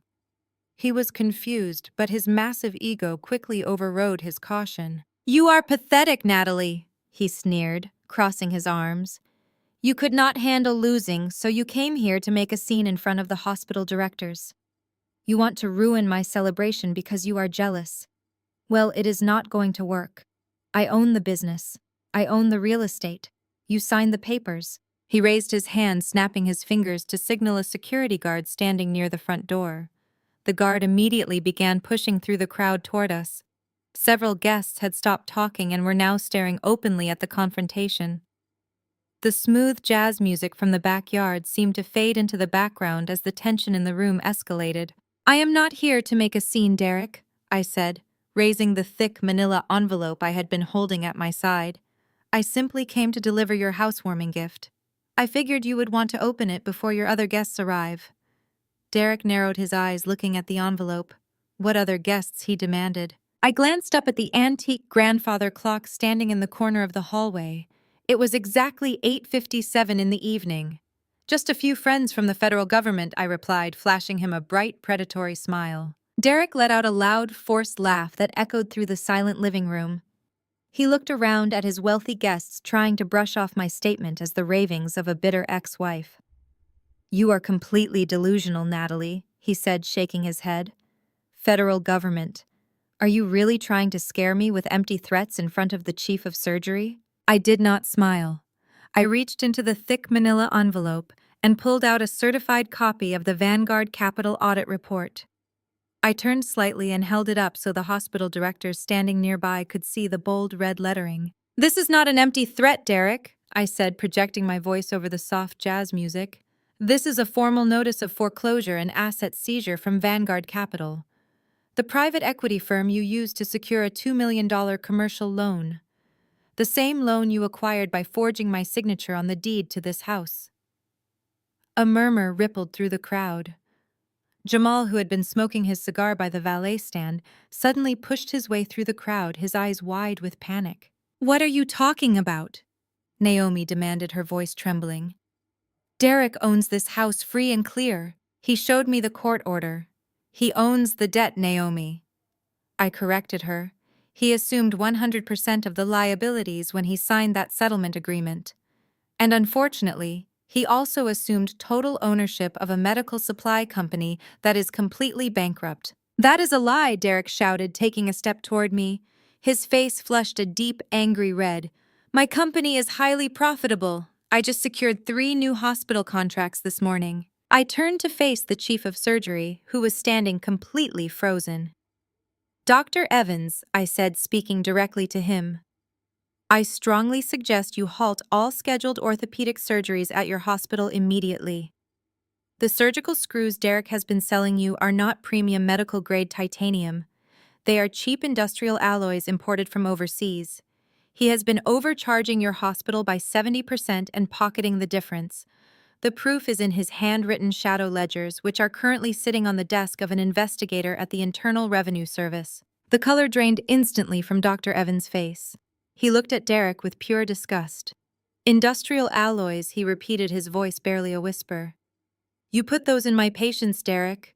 Do not listen to her, Derek stammered. She is crazy. She is just trying to ruin my reputation because I took everything in the divorce. At that moment, Jamal finally broke through the circle of guests. He looked at the document in my hand and his arrogant swagger completely vanished. He recognized the Vanguard Capital letterhead immediately. Jamal, I said, greeting my brother-in-law with a cold nod. I am so glad you could join us. I was just telling Derek about the missing funds, the $450,000 you illegally wired into an offshore account using your managerial override code. Jamal froze. The local banking executives he had been smoking cigars with were now staring at him in absolute shock. You see, I continued, raising my voice. When Derek aggressively transferred that stolen money out of the country, it triggered an automated credit sweep at Vanguard Capital. They reached out to your local branch to manually verify the collateral on this house. And Jamal, you manually confirmed the forged notary stamp of your own subordinate. You committed commercial banking fraud to cover for a money laundering operation. I did not do that, Jamal lied, his voice cracking. You have no proof. I have the digital timestamps, I replied. I have the wire transfer receipts. And I have the audio recording of you bragging to me on the phone about how you manipulated the bank security protocols. Vanguard Capital already knows. Their litigators have completely surrounded your branch. You are not just fired, Jamal. You are going to federal prison. The living room descended into absolute chaos. The jazz band abruptly stopped playing. Dr. Evans slammed his crystal glass down onto a table, shattering it instantly. He pulled out his phone and began shouting at someone to freeze all medical supply shipments. The banking executives backed away from Jamal as if he were highly contagious. Naomi grabbed Derek by the lapels of his velvet smoking jacket. Tell me she is lying? Derek, she screamed, tears streaming down her face. Tell me we are not bankrupt. Derek could not speak. He was staring at the Vanguard Capital document in my hand, his mouth opening and closing. He finally realized the magnitude of the trap. The house, the cars, the business, and the millions in fraudulent loans were all resting squarely on his shoulders. I looked at the grandfather clock. It was exactly 8:59 in the evening. Right on schedule, I heard the distinct sound of heavy tires screeching to a halt outside. The heavy tires screeching to a halt on the pristine asphalt of the driveway cut through the warm night air like a knife. The sound of heavy car doors slamming in rapid succession echoed loudly across the manicured lawn. Red and blue police lights began flashing violently, casting frantic, sweeping shadows through the massive front windows of the grand entryway. The smooth jazz music playing in the backyard was completely drowned out by the harsh, authoritative voices barking tactical commands outside. Derek dropped his crystal glass of scotch. It shattered on the marble floor, the expensive amber liquid pooling around his custom leather shoes. Suddenly, the heavy oak front doors swung wide open. A highly coordinated team of 15 men and women streamed into the foyer. They were not wearing tailored suits or expensive designer gowns like the party guests. They wore dark tactical gear and navy blue windbreakers with bright yellow letters printed boldly across their backs. FBI, IRS, Federal agents. The party guests froze in absolute terror. The wealthy hospital directors, local politicians, and banking executives who had been laughing and drinking champagne just moments ago now backed away, pressing themselves against the walls. The sheer humiliation of being caught in a federal raid at a high society party washed over the room. A tall, broad-shouldered man with closely cropped gray hair stepped to the front of the tactical formation. He held up a gold badge that caught the blinding light of the chandelier overhead. Federal Bureau of Investigation, he announced, his voice booming with absolute authority. We have warrants to search these premises and seize all digital and physical assets connected to the commercial entity known as the Medical Supply Company and the Delaware Shell Corporation, Apex Consulting. Nobody moves. Nobody attempts to leave. Do not touch your phones, or you will be detained for destruction of evidence. Naomi let out a sharp, terrified shriek and buried her face in her hands. She knew the name Apex Consulting meant her fake marketing firm was entirely exposed. The phantom consulting fees, the offshore routing numbers, and her role as the registered agent were now in the hands of the federal government. Dr. Evans, the chief of surgery, immediately threw his hands in the air. "I have absolutely nothing to do with this man," he shouted, pointing a shaking finger directly at Derek. "I am a victim of his fraud. I am willing to cooperate fully with your investigation." The lead agent ignored the panicked surgeon. His sharp eyes scanned the terrified crowd until they locked onto my ex-husband standing completely paralyzed in the center of the living room. "Are you Derek?" he asked, pulling a folded document from his jacket. Derek could not formulate a single word. His arrogant swagger had completely evaporated, leaving behind a pale, trembling shell of a man.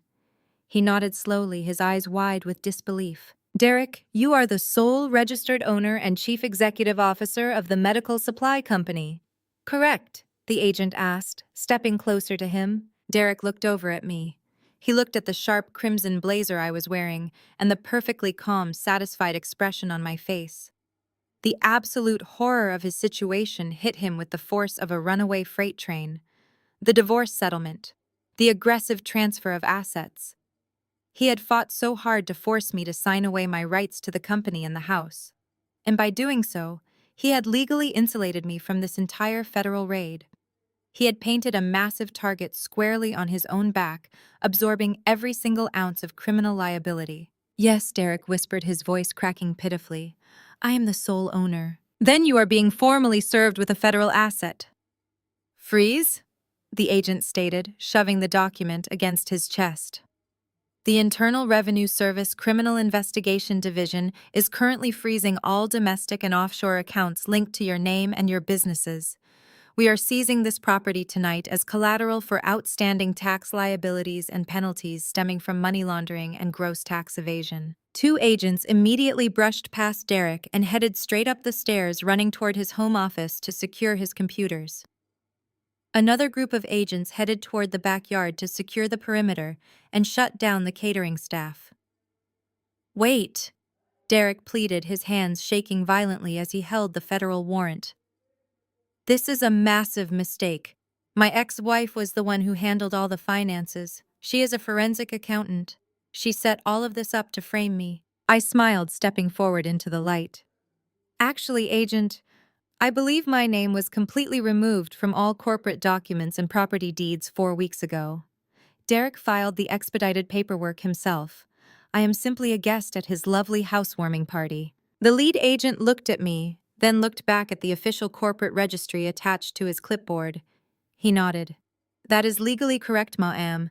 He is listed as the sole proprietor and assumes total liability for all corporate actions." Derek let out a choked, devastated sob. He had built his entire defense on the idea that he could blame me if things ever went wrong. But his greed had completely blinded him. He wanted total control to keep all the profits. Now he had total control of a burning building. "And we are not just here for the tax evasion," the FBI agent continued, turning his attention to the crowd. "We also have an active arrest warrant for a Mr. Jamal regarding felony wire fraud and conspiracy to defraud a federally insured institution." Every single head in the living room turned toward the valet stand. Jamal was standing completely frozen, a lit cigar still dangling uselessly from his trembling fingers. Jamal stood completely frozen near the front entrance of the mansion. The expensive imported cigar slipped from his trembling fingers and hit the marble floor, sending a shower of gray ash across the polished stone. The group of local banking executives who had been laughing at his jokes just moments before now scrambled backward. They treated him like he was entirely radioactive. In the financial world, an FBI raid is the ultimate contagion, and nobody wanted to be caught standing too close to ground zero. Two federal agents wearing heavy tactical vests immediately broke away from the main group and marched straight toward Jamal. Their hands were resting casually but firmly on their utility belts. Jamal raised his hands, palms facing outward, trying desperately to summon the arrogant authority he had wielded for years as a regional credit manager. "Gentlemen, there is obviously a massive misunderstanding here. He stammered, his voice pitching an octave higher than normal. I am a senior executive at a federally insured institution. You cannot just storm in here and accuse me of fraud based on the lies of a disgruntled ex-wife. The taller of the two agents did not even slow his pace. Turn around and place your hands behind your back, sir, the agent commanded, his voice cutting through the silent room. I demand to call the legal department of my bank, Jamal shouted, his panic finally breaking through his polished facade. I authorized a standard security transfer. It was completely within my managerial discretion. You are making a huge mistake, and I will have your badges for this. The agent grabbed Jamal by the shoulder, spinning him around with forceful precision. You authorized a wire fraud operation involving $450,000 stolen from a frozen joint account, the agent stated loudly, while pulling a pair of heavy steel handcuffs from his belt. You then utilized your executive override to bypass federal security protocols and push the funds into an offshore shell company. Furthermore, we have sworn testimony and digital timestamps proving you ordered your subordinate to notarize a forged signature on a $2 million commercial loan agreement. The distinct metallic click of the handcuffs ratcheting shut around Jamal's wrists echoed through the grand foyer. The sound was incredibly loud in the dead silent room. You have the right to remain silent. The agent continued, reciting the Miranda rights with practiced efficiency. Anything you say can and will be used against you in a court of law. The second agent immediately began emptying Jamal's pockets. He pulled out a designer wallet, a set of keys to a luxury imported vehicle, and the heavy plastic security badge that granted Jamal access to the regional bank vaults. The agent dropped the badge into a clear plastic evidence bag, sealing it shut. That badge had been Jamal's ultimate symbol of power, and now it was just Exhibit A in a federal prosecution. Naomi, who had been crying uncontrollably near the fireplace, suddenly let out a piercing scream. Jamal, she cried out, taking a step toward her husband. Tell them it is not true. Tell them you did not forge anything. If they look into those accounts, they are going to find the consulting firm. She slapped a hand over her own mouth, realizing she had just mentioned the money laundering shell company in front of 15 federal agents. Jamal looked at his wife, his face pale and dripping with cold sweat. He had absolutely nothing to say to comfort her. The arrogant banker who loved to brag about his untouchable status was now just a terrified criminal in expensive clothing. He was being frog-marched out the front door of the mansion in front of the most powerful people in the city. As the agents led him past me, I stepped slightly into his path. I did not gloat, and I did not raise my voice. I simply looked him directly in the eyes. I told you that you did not understand how the real world works, Jamal. I said, my voice perfectly calm and even. The bank is going to fully cooperate with the federal investigation to save their own charter. Vanguard Capital is going to tear your life apart in civil court. And you are going to spend the next 20 years in a federal penitentiary because you thought you were smarter than a forensic accountant. Jamal opened his mouth to speak, but no words came out. The agents pushed him forward, leading him out the heavy oak doors and down the driveway toward a waiting federal transport vehicle. The red and blue flashing lights illuminated his disgraced exit. I watched him disappear into the back of the police cruiser. It was a beautiful moment of absolute justice. 3 years ago, I had co-signed the loan for his very first car because he and Naomi were drowning in debt. I had given them a lifeline when nobody else would. In return, he had used his career to help my husband steal my life savings and throw me out of my own home. Now his career was completely destroyed and his freedom was permanently revoked. The crowd in the living room remained completely paralyzed. The hospital directors were staring at the floor, realizing their association with Derek was going to trigger massive medical audits at their own facilities. The party was entirely dead, but the federal raid was just getting started. The lead agent turned his attention back to Derek, who was still standing in the center of the room, clutching the asset freeze document like a lifeline. It was finally time to dismantle the fake medical empire. The lead FBI agent turned his unyielding gaze back to my ex-husband.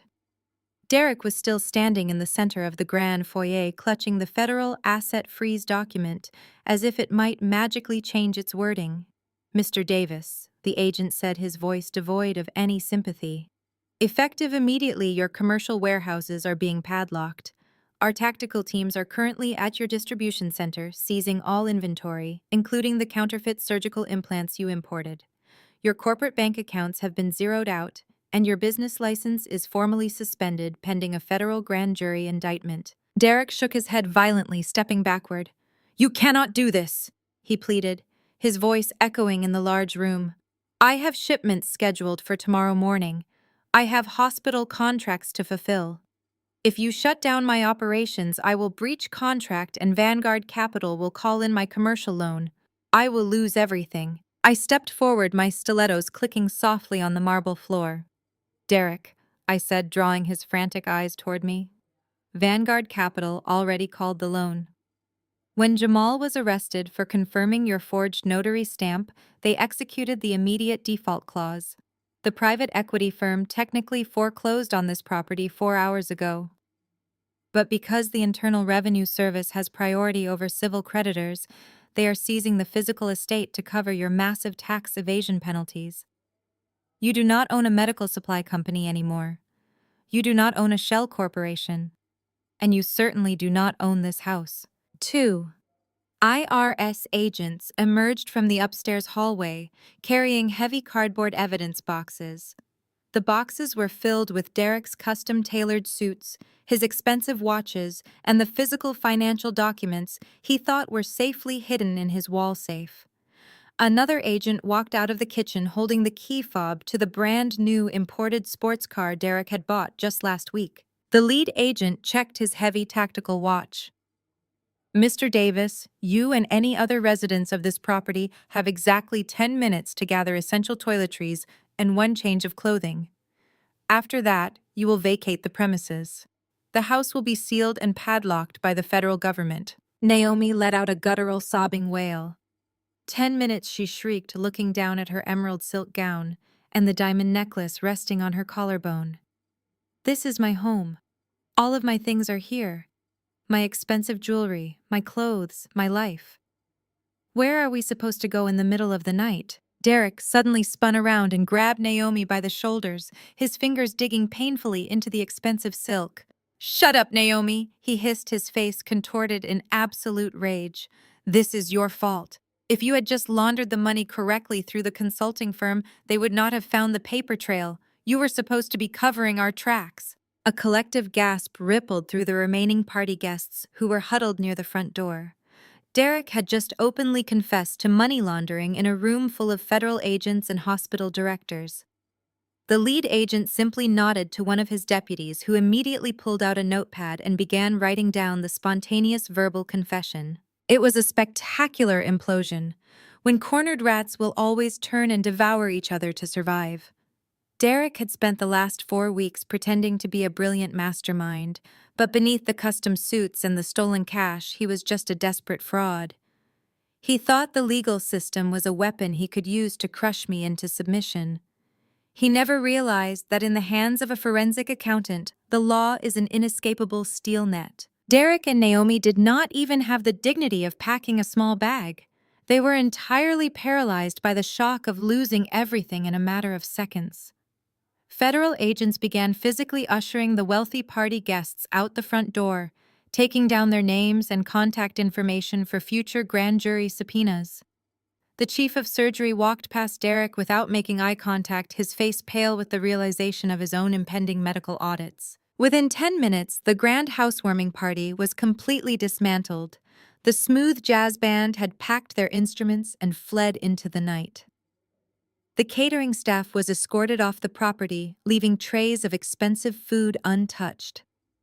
The lavish mansion that Derek had stolen from me was now an active federal crime scene, with yellow tape being stretched across the front porch. An agent approached Derek, pointing directly toward the open front door. "Time is up, sir," the agent commanded. "Step outside right now." Derek looked at the marble floors, the crystal chandeliers, and the glass tables he had bought with my stolen money. Then he looked at me. His eyes were completely hollow. He finally understood the magnitude of the settlement agreement he had signed so eagerly. I had not surrendered to him. I had simply stepped out of the blast radius before detonating the bomb. The heavy silence in the grand foyer was broken only by the scratch of a federal agent scribbling rapidly on a small yellow notepad. Derek stood frozen, realizing the catastrophic mistake he had just made. He had spent his entire life manipulating people to protect himself, but in a moment of sheer panic, he had openly admitted to a federal crime in a room swarming with law enforcement. Naomi stared at him. The tears that had been streaming down her face abruptly stopped. Her perfectly manicured hands dropped from her face and her expression hardened into a mask of pure, unadulterated hatred. The illusion of their unbreakable family alliance shattered into a million pieces right there on the marble floor. "You selfish, arrogant coward, Naomi," hissed her voice vibrating with a terrifying rage. "I risked everything for you. I let you use my name to register Apex Consulting. I let you funnel millions of dollars through my fake marketing firm to hide your dirty money from the IRS. And the second you get caught, you try to throw me to the wolves." "Naomi, you need to shut your mouth right now," Derek yelled, his face pale with panic. He lunged toward her, but a federal agent immediately stepped between them, placing a heavy hand solidly on Derek's chest and shoving him backward. "I will not shut up," Naomi screamed, completely losing whatever was left of her mind. She turned directly toward the lead FBI agent, pointing a shaking finger at her brother-in-law. "He is the mastermind. He forged my sister's signature on the Vanguard Capital loan. He paid cash bribes to the hospital purchasing directors. He even told my husband Jamal exactly which offshore accounts to wire the stolen money into. I can give you the account numbers. I will give you the passwords. I will testify to every single thing he did if you just grant me immunity." Derek let out a feral roar of anger. "Immunity," he shouted, spitting the word like venom. "You are just as guilty as I am, Naomi. You begged me for a cut of the profits. You were the one who suggested we use Jamal to freeze Natalie out of her own bank accounts. You loved spending the stolen cash on your designer dresses and your diamond necklaces. You are nothing but a greedy parasite who lived off my hard work." They were doing the exact job of the federal government for them.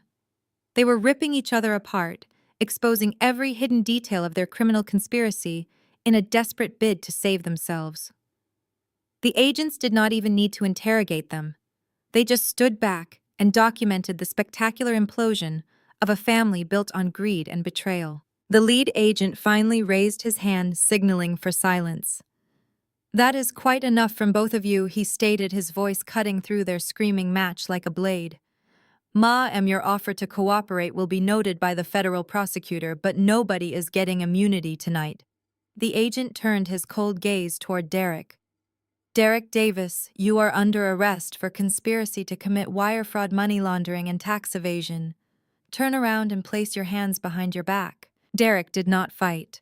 The fight had been completely drained out of him. He slowly turned around and the heavy steel handcuffs clicked securely around his wrists. He looked over his shoulder at the grand staircase, the crystal chandelier, and the expensive artwork he had bought with my money. Then he looked at me. There was no arrogance left in his eyes. There was only the hollow, terrified realization that his life as a wealthy businessman was permanently over. As the agents began leading Derek toward the front door, Naomi suddenly lunged in my direction. She fell to her knees on the marble floor, grabbing the hem of my crimson blazer. Her emerald silk gown pooled around her in a wrinkled mess. "Natalie, please," she sobbed, looking up at me with wide, desperate eyes. "You have to help me. We are sisters. We are family. I was manipulated. Derek forced me to do those things. Please tell them I am a good person. Tell them I was just a victim in all of this. You have enough money to hire a good lawyer for me. Please do not let them send me to prison." I looked down at the woman who had stood in a family courtroom just 4 weeks ago and perjured herself to help a man steal my home. I remembered the fake tears she cried on the witness stand. I remembered the smirk she gave me when the judge finalized the absolute destruction of my assets. I reached down and firmly pried her trembling fingers off my blazer. "You lost the right to call me your sister the day you helped him load my life into a moving truck," I said, my voice perfectly calm and devoid of any sympathy. "You made your choices, Naomi. You wanted the house, you wanted the money, and you wanted the luxury. Now you get to pay the bill." I turned my back on her and walked toward the open front doors. Behind me, Naomi collapsed onto the floor, sobbing uncontrollably as the federal agents instructed her to grab a single bag of belongings before they padlocked the property. The house was no longer a home, it was just a monument to their incredible greed. The cool night air hit my face as I walked down the expansive driveway of the property I used to call home. Behind me, the chaotic sounds of the federal raid continued to unfold, but I did not look back. I kept my gaze fixed forward, my crimson blazer vivid under the harsh glare of the flashing police lights. I reached the end of the driveway just as two federal agents were escorting Derek toward a heavily armored transport van. He was no longer the arrogant executive throwing a lavish party. The heavy steel handcuffs pinned his arms awkwardly behind his back, causing his custom velvet smoking jacket to bunch up around his shoulders. His head hung low, his chin practically resting on his chest. As the agents pulled open the heavy metal doors of the transport van, Derek stopped and looked up. His eyes met mine through the strobe of the police lights. There was no anger left in his expression. There was only the crushing realization of total defeat. He had spent years plotting to strip me of everything I owned. He had manipulated the legal system, lied under oath, and leveraged my own family against me to steal a house and a bank account. But in the end, all he had accomplished was securing himself a reserved seat in a federal penitentiary. I did not offer him a parting word or a victorious smile. I simply held his gaze with absolute icy indifference until the agent firmly pushed him into the dark back of the van and slammed the heavy doors shut. The loud metallic thud echoed through the quiet suburban street, marking the official end of my marriage and the absolute destruction of his fraudulent empire. I walked past the line of police cruisers and got into my rented black sedan. I started the engine and pulled away from the curb, leaving the flashing red and blue lights shrinking in my rearview mirror. The drive back to my secure apartment was the quietest, most peaceful journey of my entire life. The heavy weight pressing down on my chest for the past 4 weeks was completely gone. I had emerged entirely victorious. I parked the car and took the elevator up to my apartment. The city lights glowed softly through the floor-to-ceiling windows. I walked into the kitchen, poured myself a glass of cold water, and sat down at the island counter. The trap had been successfully sprung, and the villains were locked away. But there was one final piece of business I needed to attend to. It was time to reclaim the future they thought they had stolen. I opened my encrypted laptop and launched my secure web browser. Derek and Jamal genuinely believed they had left me completely bankrupt when they illegally drained the $450,000 from our joint savings account. They thought that was my entire net worth. But forensic accountants are experts at asset protection. We spend our lives hiding money from people who want to steal it. 7 years ago, long before I ever met Derek, I inherited a significant sum of money from my grandfather. I did not put it in a standard bank account where a greedy husband or a corrupt bank manager could easily access it. I established an irrevocable blind trust in the state of Delaware. The trust was structured so securely that it did not even appear on standard financial background checks. During the divorce proceedings, when I signed away my rights to the house and the medical supply company, the trust remained completely untouched and legally protected. I typed in the complex alphanumeric password and bypassed the dual authentication security protocols. The dashboard loaded onto my screen, displaying the current balance of the Delaware Trust Fund. Thanks to 7 years of aggressive compound interest and smart portfolio management, the balance sat at precisely $6.8 million. I stared at the glowing numbers on the screen. Derek had burned his entire life to the ground to steal a house that was technically drowning in debt. Naomi had destroyed her family for a few designer dresses and a fake marketing salary. Jamal had thrown away his freedom for the thrill of outsmarting the system. They sold their souls for pennies while the real fortune was sitting quietly out of their reach. I clicked on the transfer tab and initiated a wire to my private offshore account. It was time to stop hiding. I would buy a new home and rebuild my accounting firm on my own terms without anyone holding the keys. I closed the laptop, taking a deep breath. The war was officially over. The morning after the raid, the local news channels were completely dominated by the scandal. I sat by the floor-to-ceiling windows of my secure apartment drinking hot black coffee and watching the breaking news banners scroll across the television screen. Prominent medical executive and regional bank manager arrested in massive federal fraud sting. It was an incredibly beautiful headline. The legal fallout was swift and absolutely merciless. The federal government does not simply punish white-collar criminals, they systematically dismantle their entire existence. Let us start with Jamal. His arrogance had always been his defining trait. He genuinely believed his managerial title made him a master of the financial universe. But the moment the FBI walked him out of that mansion in handcuffs, his employer completely disowned him. The bank issued a ruthless public statement, severing all ties, and immediately handed over his emails, passwords, and internal security logs to the federal investigators. Jamal was formally charged with 3 counts of federal wire fraud and 1 count of conspiracy to commit bank fraud. Because he had actively abused a position of trust within a federally insured financial institution, the federal prosecutors pushed for the absolute maximum penalty. To make matters worse, Vanguard Capital filed a devastating civil lawsuit against him personally for verifying the forged notary stamp. Jamal was looking at 20 years in a federal penitentiary and a lifetime of insurmountable civil debt. He would never work in the financial sector again. Then there was my sister Naomi.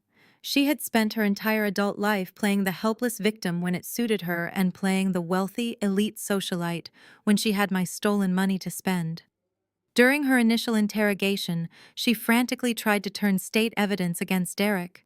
She offered to testify against him in exchange for total immunity. But the federal prosecutors simply laughed at her. They did not need her testimony. They already had the handwritten shadow ledgers, the offshore bank routing numbers, and the digital timestamps I had provided. Naomi was formally indicted as a direct co-conspirator in a multi-million-dollar money laundering operation. The federal government immediately seized all of her assets, including the designer gowns, the imported luxury cars, and the diamond necklaces she bought with the fake marketing fees from Apex Consulting. She was left completely destitute. The sister who had eagerly committed perjury against me in family court just to help steal my house was now sitting in a cold holding cell crying to an overworked public defender. But the most perfectly poetic justice was reserved entirely for my ex-husband. Derek had engineered this entire nightmare because he was obsessed with absolute control and unearned wealth, and the legal system gave him exactly what he signed up for. By aggressively pushing for that expedited divorce settlement, he had legally indemnified me from every single one of his corporate crimes. He demanded total ownership of the medical supply company right before the FBI raided the warehouses. He demanded exclusive title to the house right before Vanguard Capital foreclosed on the property. He caught the falling knife exactly as I planned. During his arraignment hearing, the federal judge flatly denied Derek bail. The prosecuting attorney successfully argued that because Derek had recently wired $450,000 to an offshore bank account, he was an extreme flight risk. The irony was absolutely spectacular.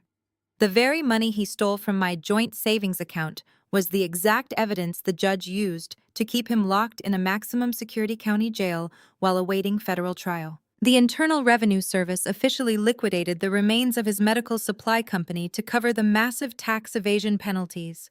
The chief of surgery from the dinner party immediately canceled all pending hospital contracts and launched a massive class action lawsuit against Derek for providing counterfeit surgical hardware. Derek had absolutely nothing left to fight with. The grand house he fought so dirty to steal was padlocked, seized, and scheduled to be auctioned off to the highest bidder. His custom suits and imported sports cars became property of the United States government. The empire he thought he built was nothing but a fragile house of cards constructed entirely on a foundation of my calculated patience. For years, my husband and my family had looked at me and seen a quiet, boring accountant. They thought my silence meant I was weak. They mistook my professional calmness for vulnerability. But a forensic accountant knows that the truth is always hidden in the ledgers and the math always balances out in the end. I had simply balanced the equation of my own life. They subtracted my home and my savings, so I multiplied their arrogance and divided their empire until they were left with absolute zero. It took exactly 3 weeks for the dust to completely settle from the federal raid. I checked out of the secure, short-term rental apartment on a crisp Tuesday morning. I only had 2 suitcases and my heavy fireproof briefcase, but I was carrying more wealth and freedom than I ever had in my entire life. I ordered a private car service to take me directly downtown. I was done with the suburbs. I was done with the quiet, manicured lawns that hid toxic families and dark financial secrets. I wanted the heartbeat of the city.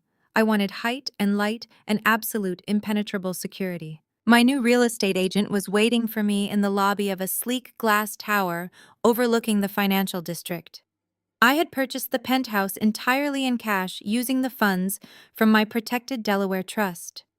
Because the transaction was meticulously processed through a double-blind corporate entity, my personal name did not appear on any public tax records or county property deeds. If Derek or Naomi ever tried to look me up from a prison phone, they would find an absolute dead end. The building concierge greeted me with a polite nod and swiped a specialized keycard that granted us access to the private express elevator. The elevator doors slid open directly into the private foyer of the penthouse. The space was absolutely breathtaking. Floor-to-ceiling windows wrapped around the entire living area, offering a stunning panoramic view of the sprawling city skyline and the deep blue water of the harbor. The floors were polished dark oak, and the massive open kitchen featured sleek slabs of white marble. It was a stark, brilliant contrast to the heavy antique furniture and the stifling atmosphere of the house I used to share with my ex-husband. This place was modern, sharp, and completely mine. There was no room for ghosts or memories of betrayal here. I thanked the real estate agent, took the heavy metal keys, and locked the heavy oak door behind him. For the first time in a month, I was completely alone in a permanent space that belonged exclusively to me. I walked over to the massive windows and looked down at the tiny cars navigating the streets far below. Somewhere out there, Derek was sitting in a cold concrete cell wearing an orange jumpsuit and trading his tailored velvet smoking jackets for a stainless steel toilet. Somewhere out there, Naomi was crying to an overworked public defender, trying desperately to explain how a fake marketing firm managed to buy her a closet full of expensive designer shoes. I did not feel a single ounce of pity. I felt an incredible, overwhelming sense of absolute clarity. I walked into the primary bedroom and set my fireproof briefcase on the heavy glass desk sitting near the window. I opened the metal clasps and pulled out my encrypted laptop. It was time to get back to work. I was not just moving into a new luxury home. I was launching a massive expansion of my forensic accounting firm. Over the past few weeks, my professional reputation in the city had skyrocketed. The federal agents who handled the raid on Derek had quietly referred several massive corporate clients to my private practice. When you successfully orchestrate the complete financial destruction of a criminal syndicate, the corporate world tends to pay very close attention. I spent the entire afternoon unpacking my minimal belongings and ordering brand new furniture from a luxury boutique downtown. I bought exactly what I wanted without having to compromise or ask for a single ounce of permission. I chose bold colors and modern art that reflected my own personal taste. I set up a state-of-the-art server tower in the spare bedroom, turning it into an absolute fortress of digital security. I rigged the apartment with biometric locks and an encrypted internal network. Nobody was ever going to catch me off guard again. By sunset, the penthouse truly began to feel like a home. I poured myself a glass of expensive red wine and stepped out onto the expansive glass balcony. The city lights began to flicker on, illuminating the skyline in a sea of gold and white. The cool evening breeze brushed against my face. I took a slow sip of the wine and smiled. I had survived the absolute worst betrayal of my life. I had walked through the fire and emerged with a kingdom of my own. Tomorrow I was having my very first guest over to celebrate. The next afternoon, the penthouse was bathed in brilliant golden sunlight. I was standing by the floor-to-ceiling windows looking out over the harbor when the secure biometric intercom chimed softly. I walked over to the entryway and checked the high-definition digital screen. Standing in the hallway holding a beautiful potted orchid was Martha. I opened the heavy oak door and smiled warmly. Martha stepped inside, her eyes widening as she took in the panoramic view of the city skyline, the polished dark oak floors, and the sleek marble counters. "Well," she said, letting out a low, impressed whistle. "This is certainly a massive upgrade from that suburban colonial house." I laughed and took the orchid from her hands, thanking her for the beautiful housewarming gift. I led her into the massive open kitchen, where I had already prepared a pot of Earl Grey tea and a plate of fresh pastries from the luxury bakery down the street. We sat down on the high leather bar stools. Martha took a slow sip of her tea and looked at me with a sharp, knowing gleam in her eyes. "The neighborhood is completely upside down," she said, setting her cup down on the marble island. "Federal agents padlocked your old house late last night. The news vans have been parked on our street all morning trying to get a statement from anyone who will talk. Everyone is whispering about Derek and your sister. It is the biggest scandal this community has ever seen. I could not have done any of this without you, Martha," I said, my voice filled with genuine gratitude. "If you had not left that yellow sticky note on my windshield, if you had not pulled me into your living room and showed me the security camera footage, Derek might have successfully hidden his tracks before I could secure my own digital evidence. You handed me the exact thread I needed to unravel his entire criminal operation. You saved my life." Martha waved her hand dismissively, though a proud smile touched her lips.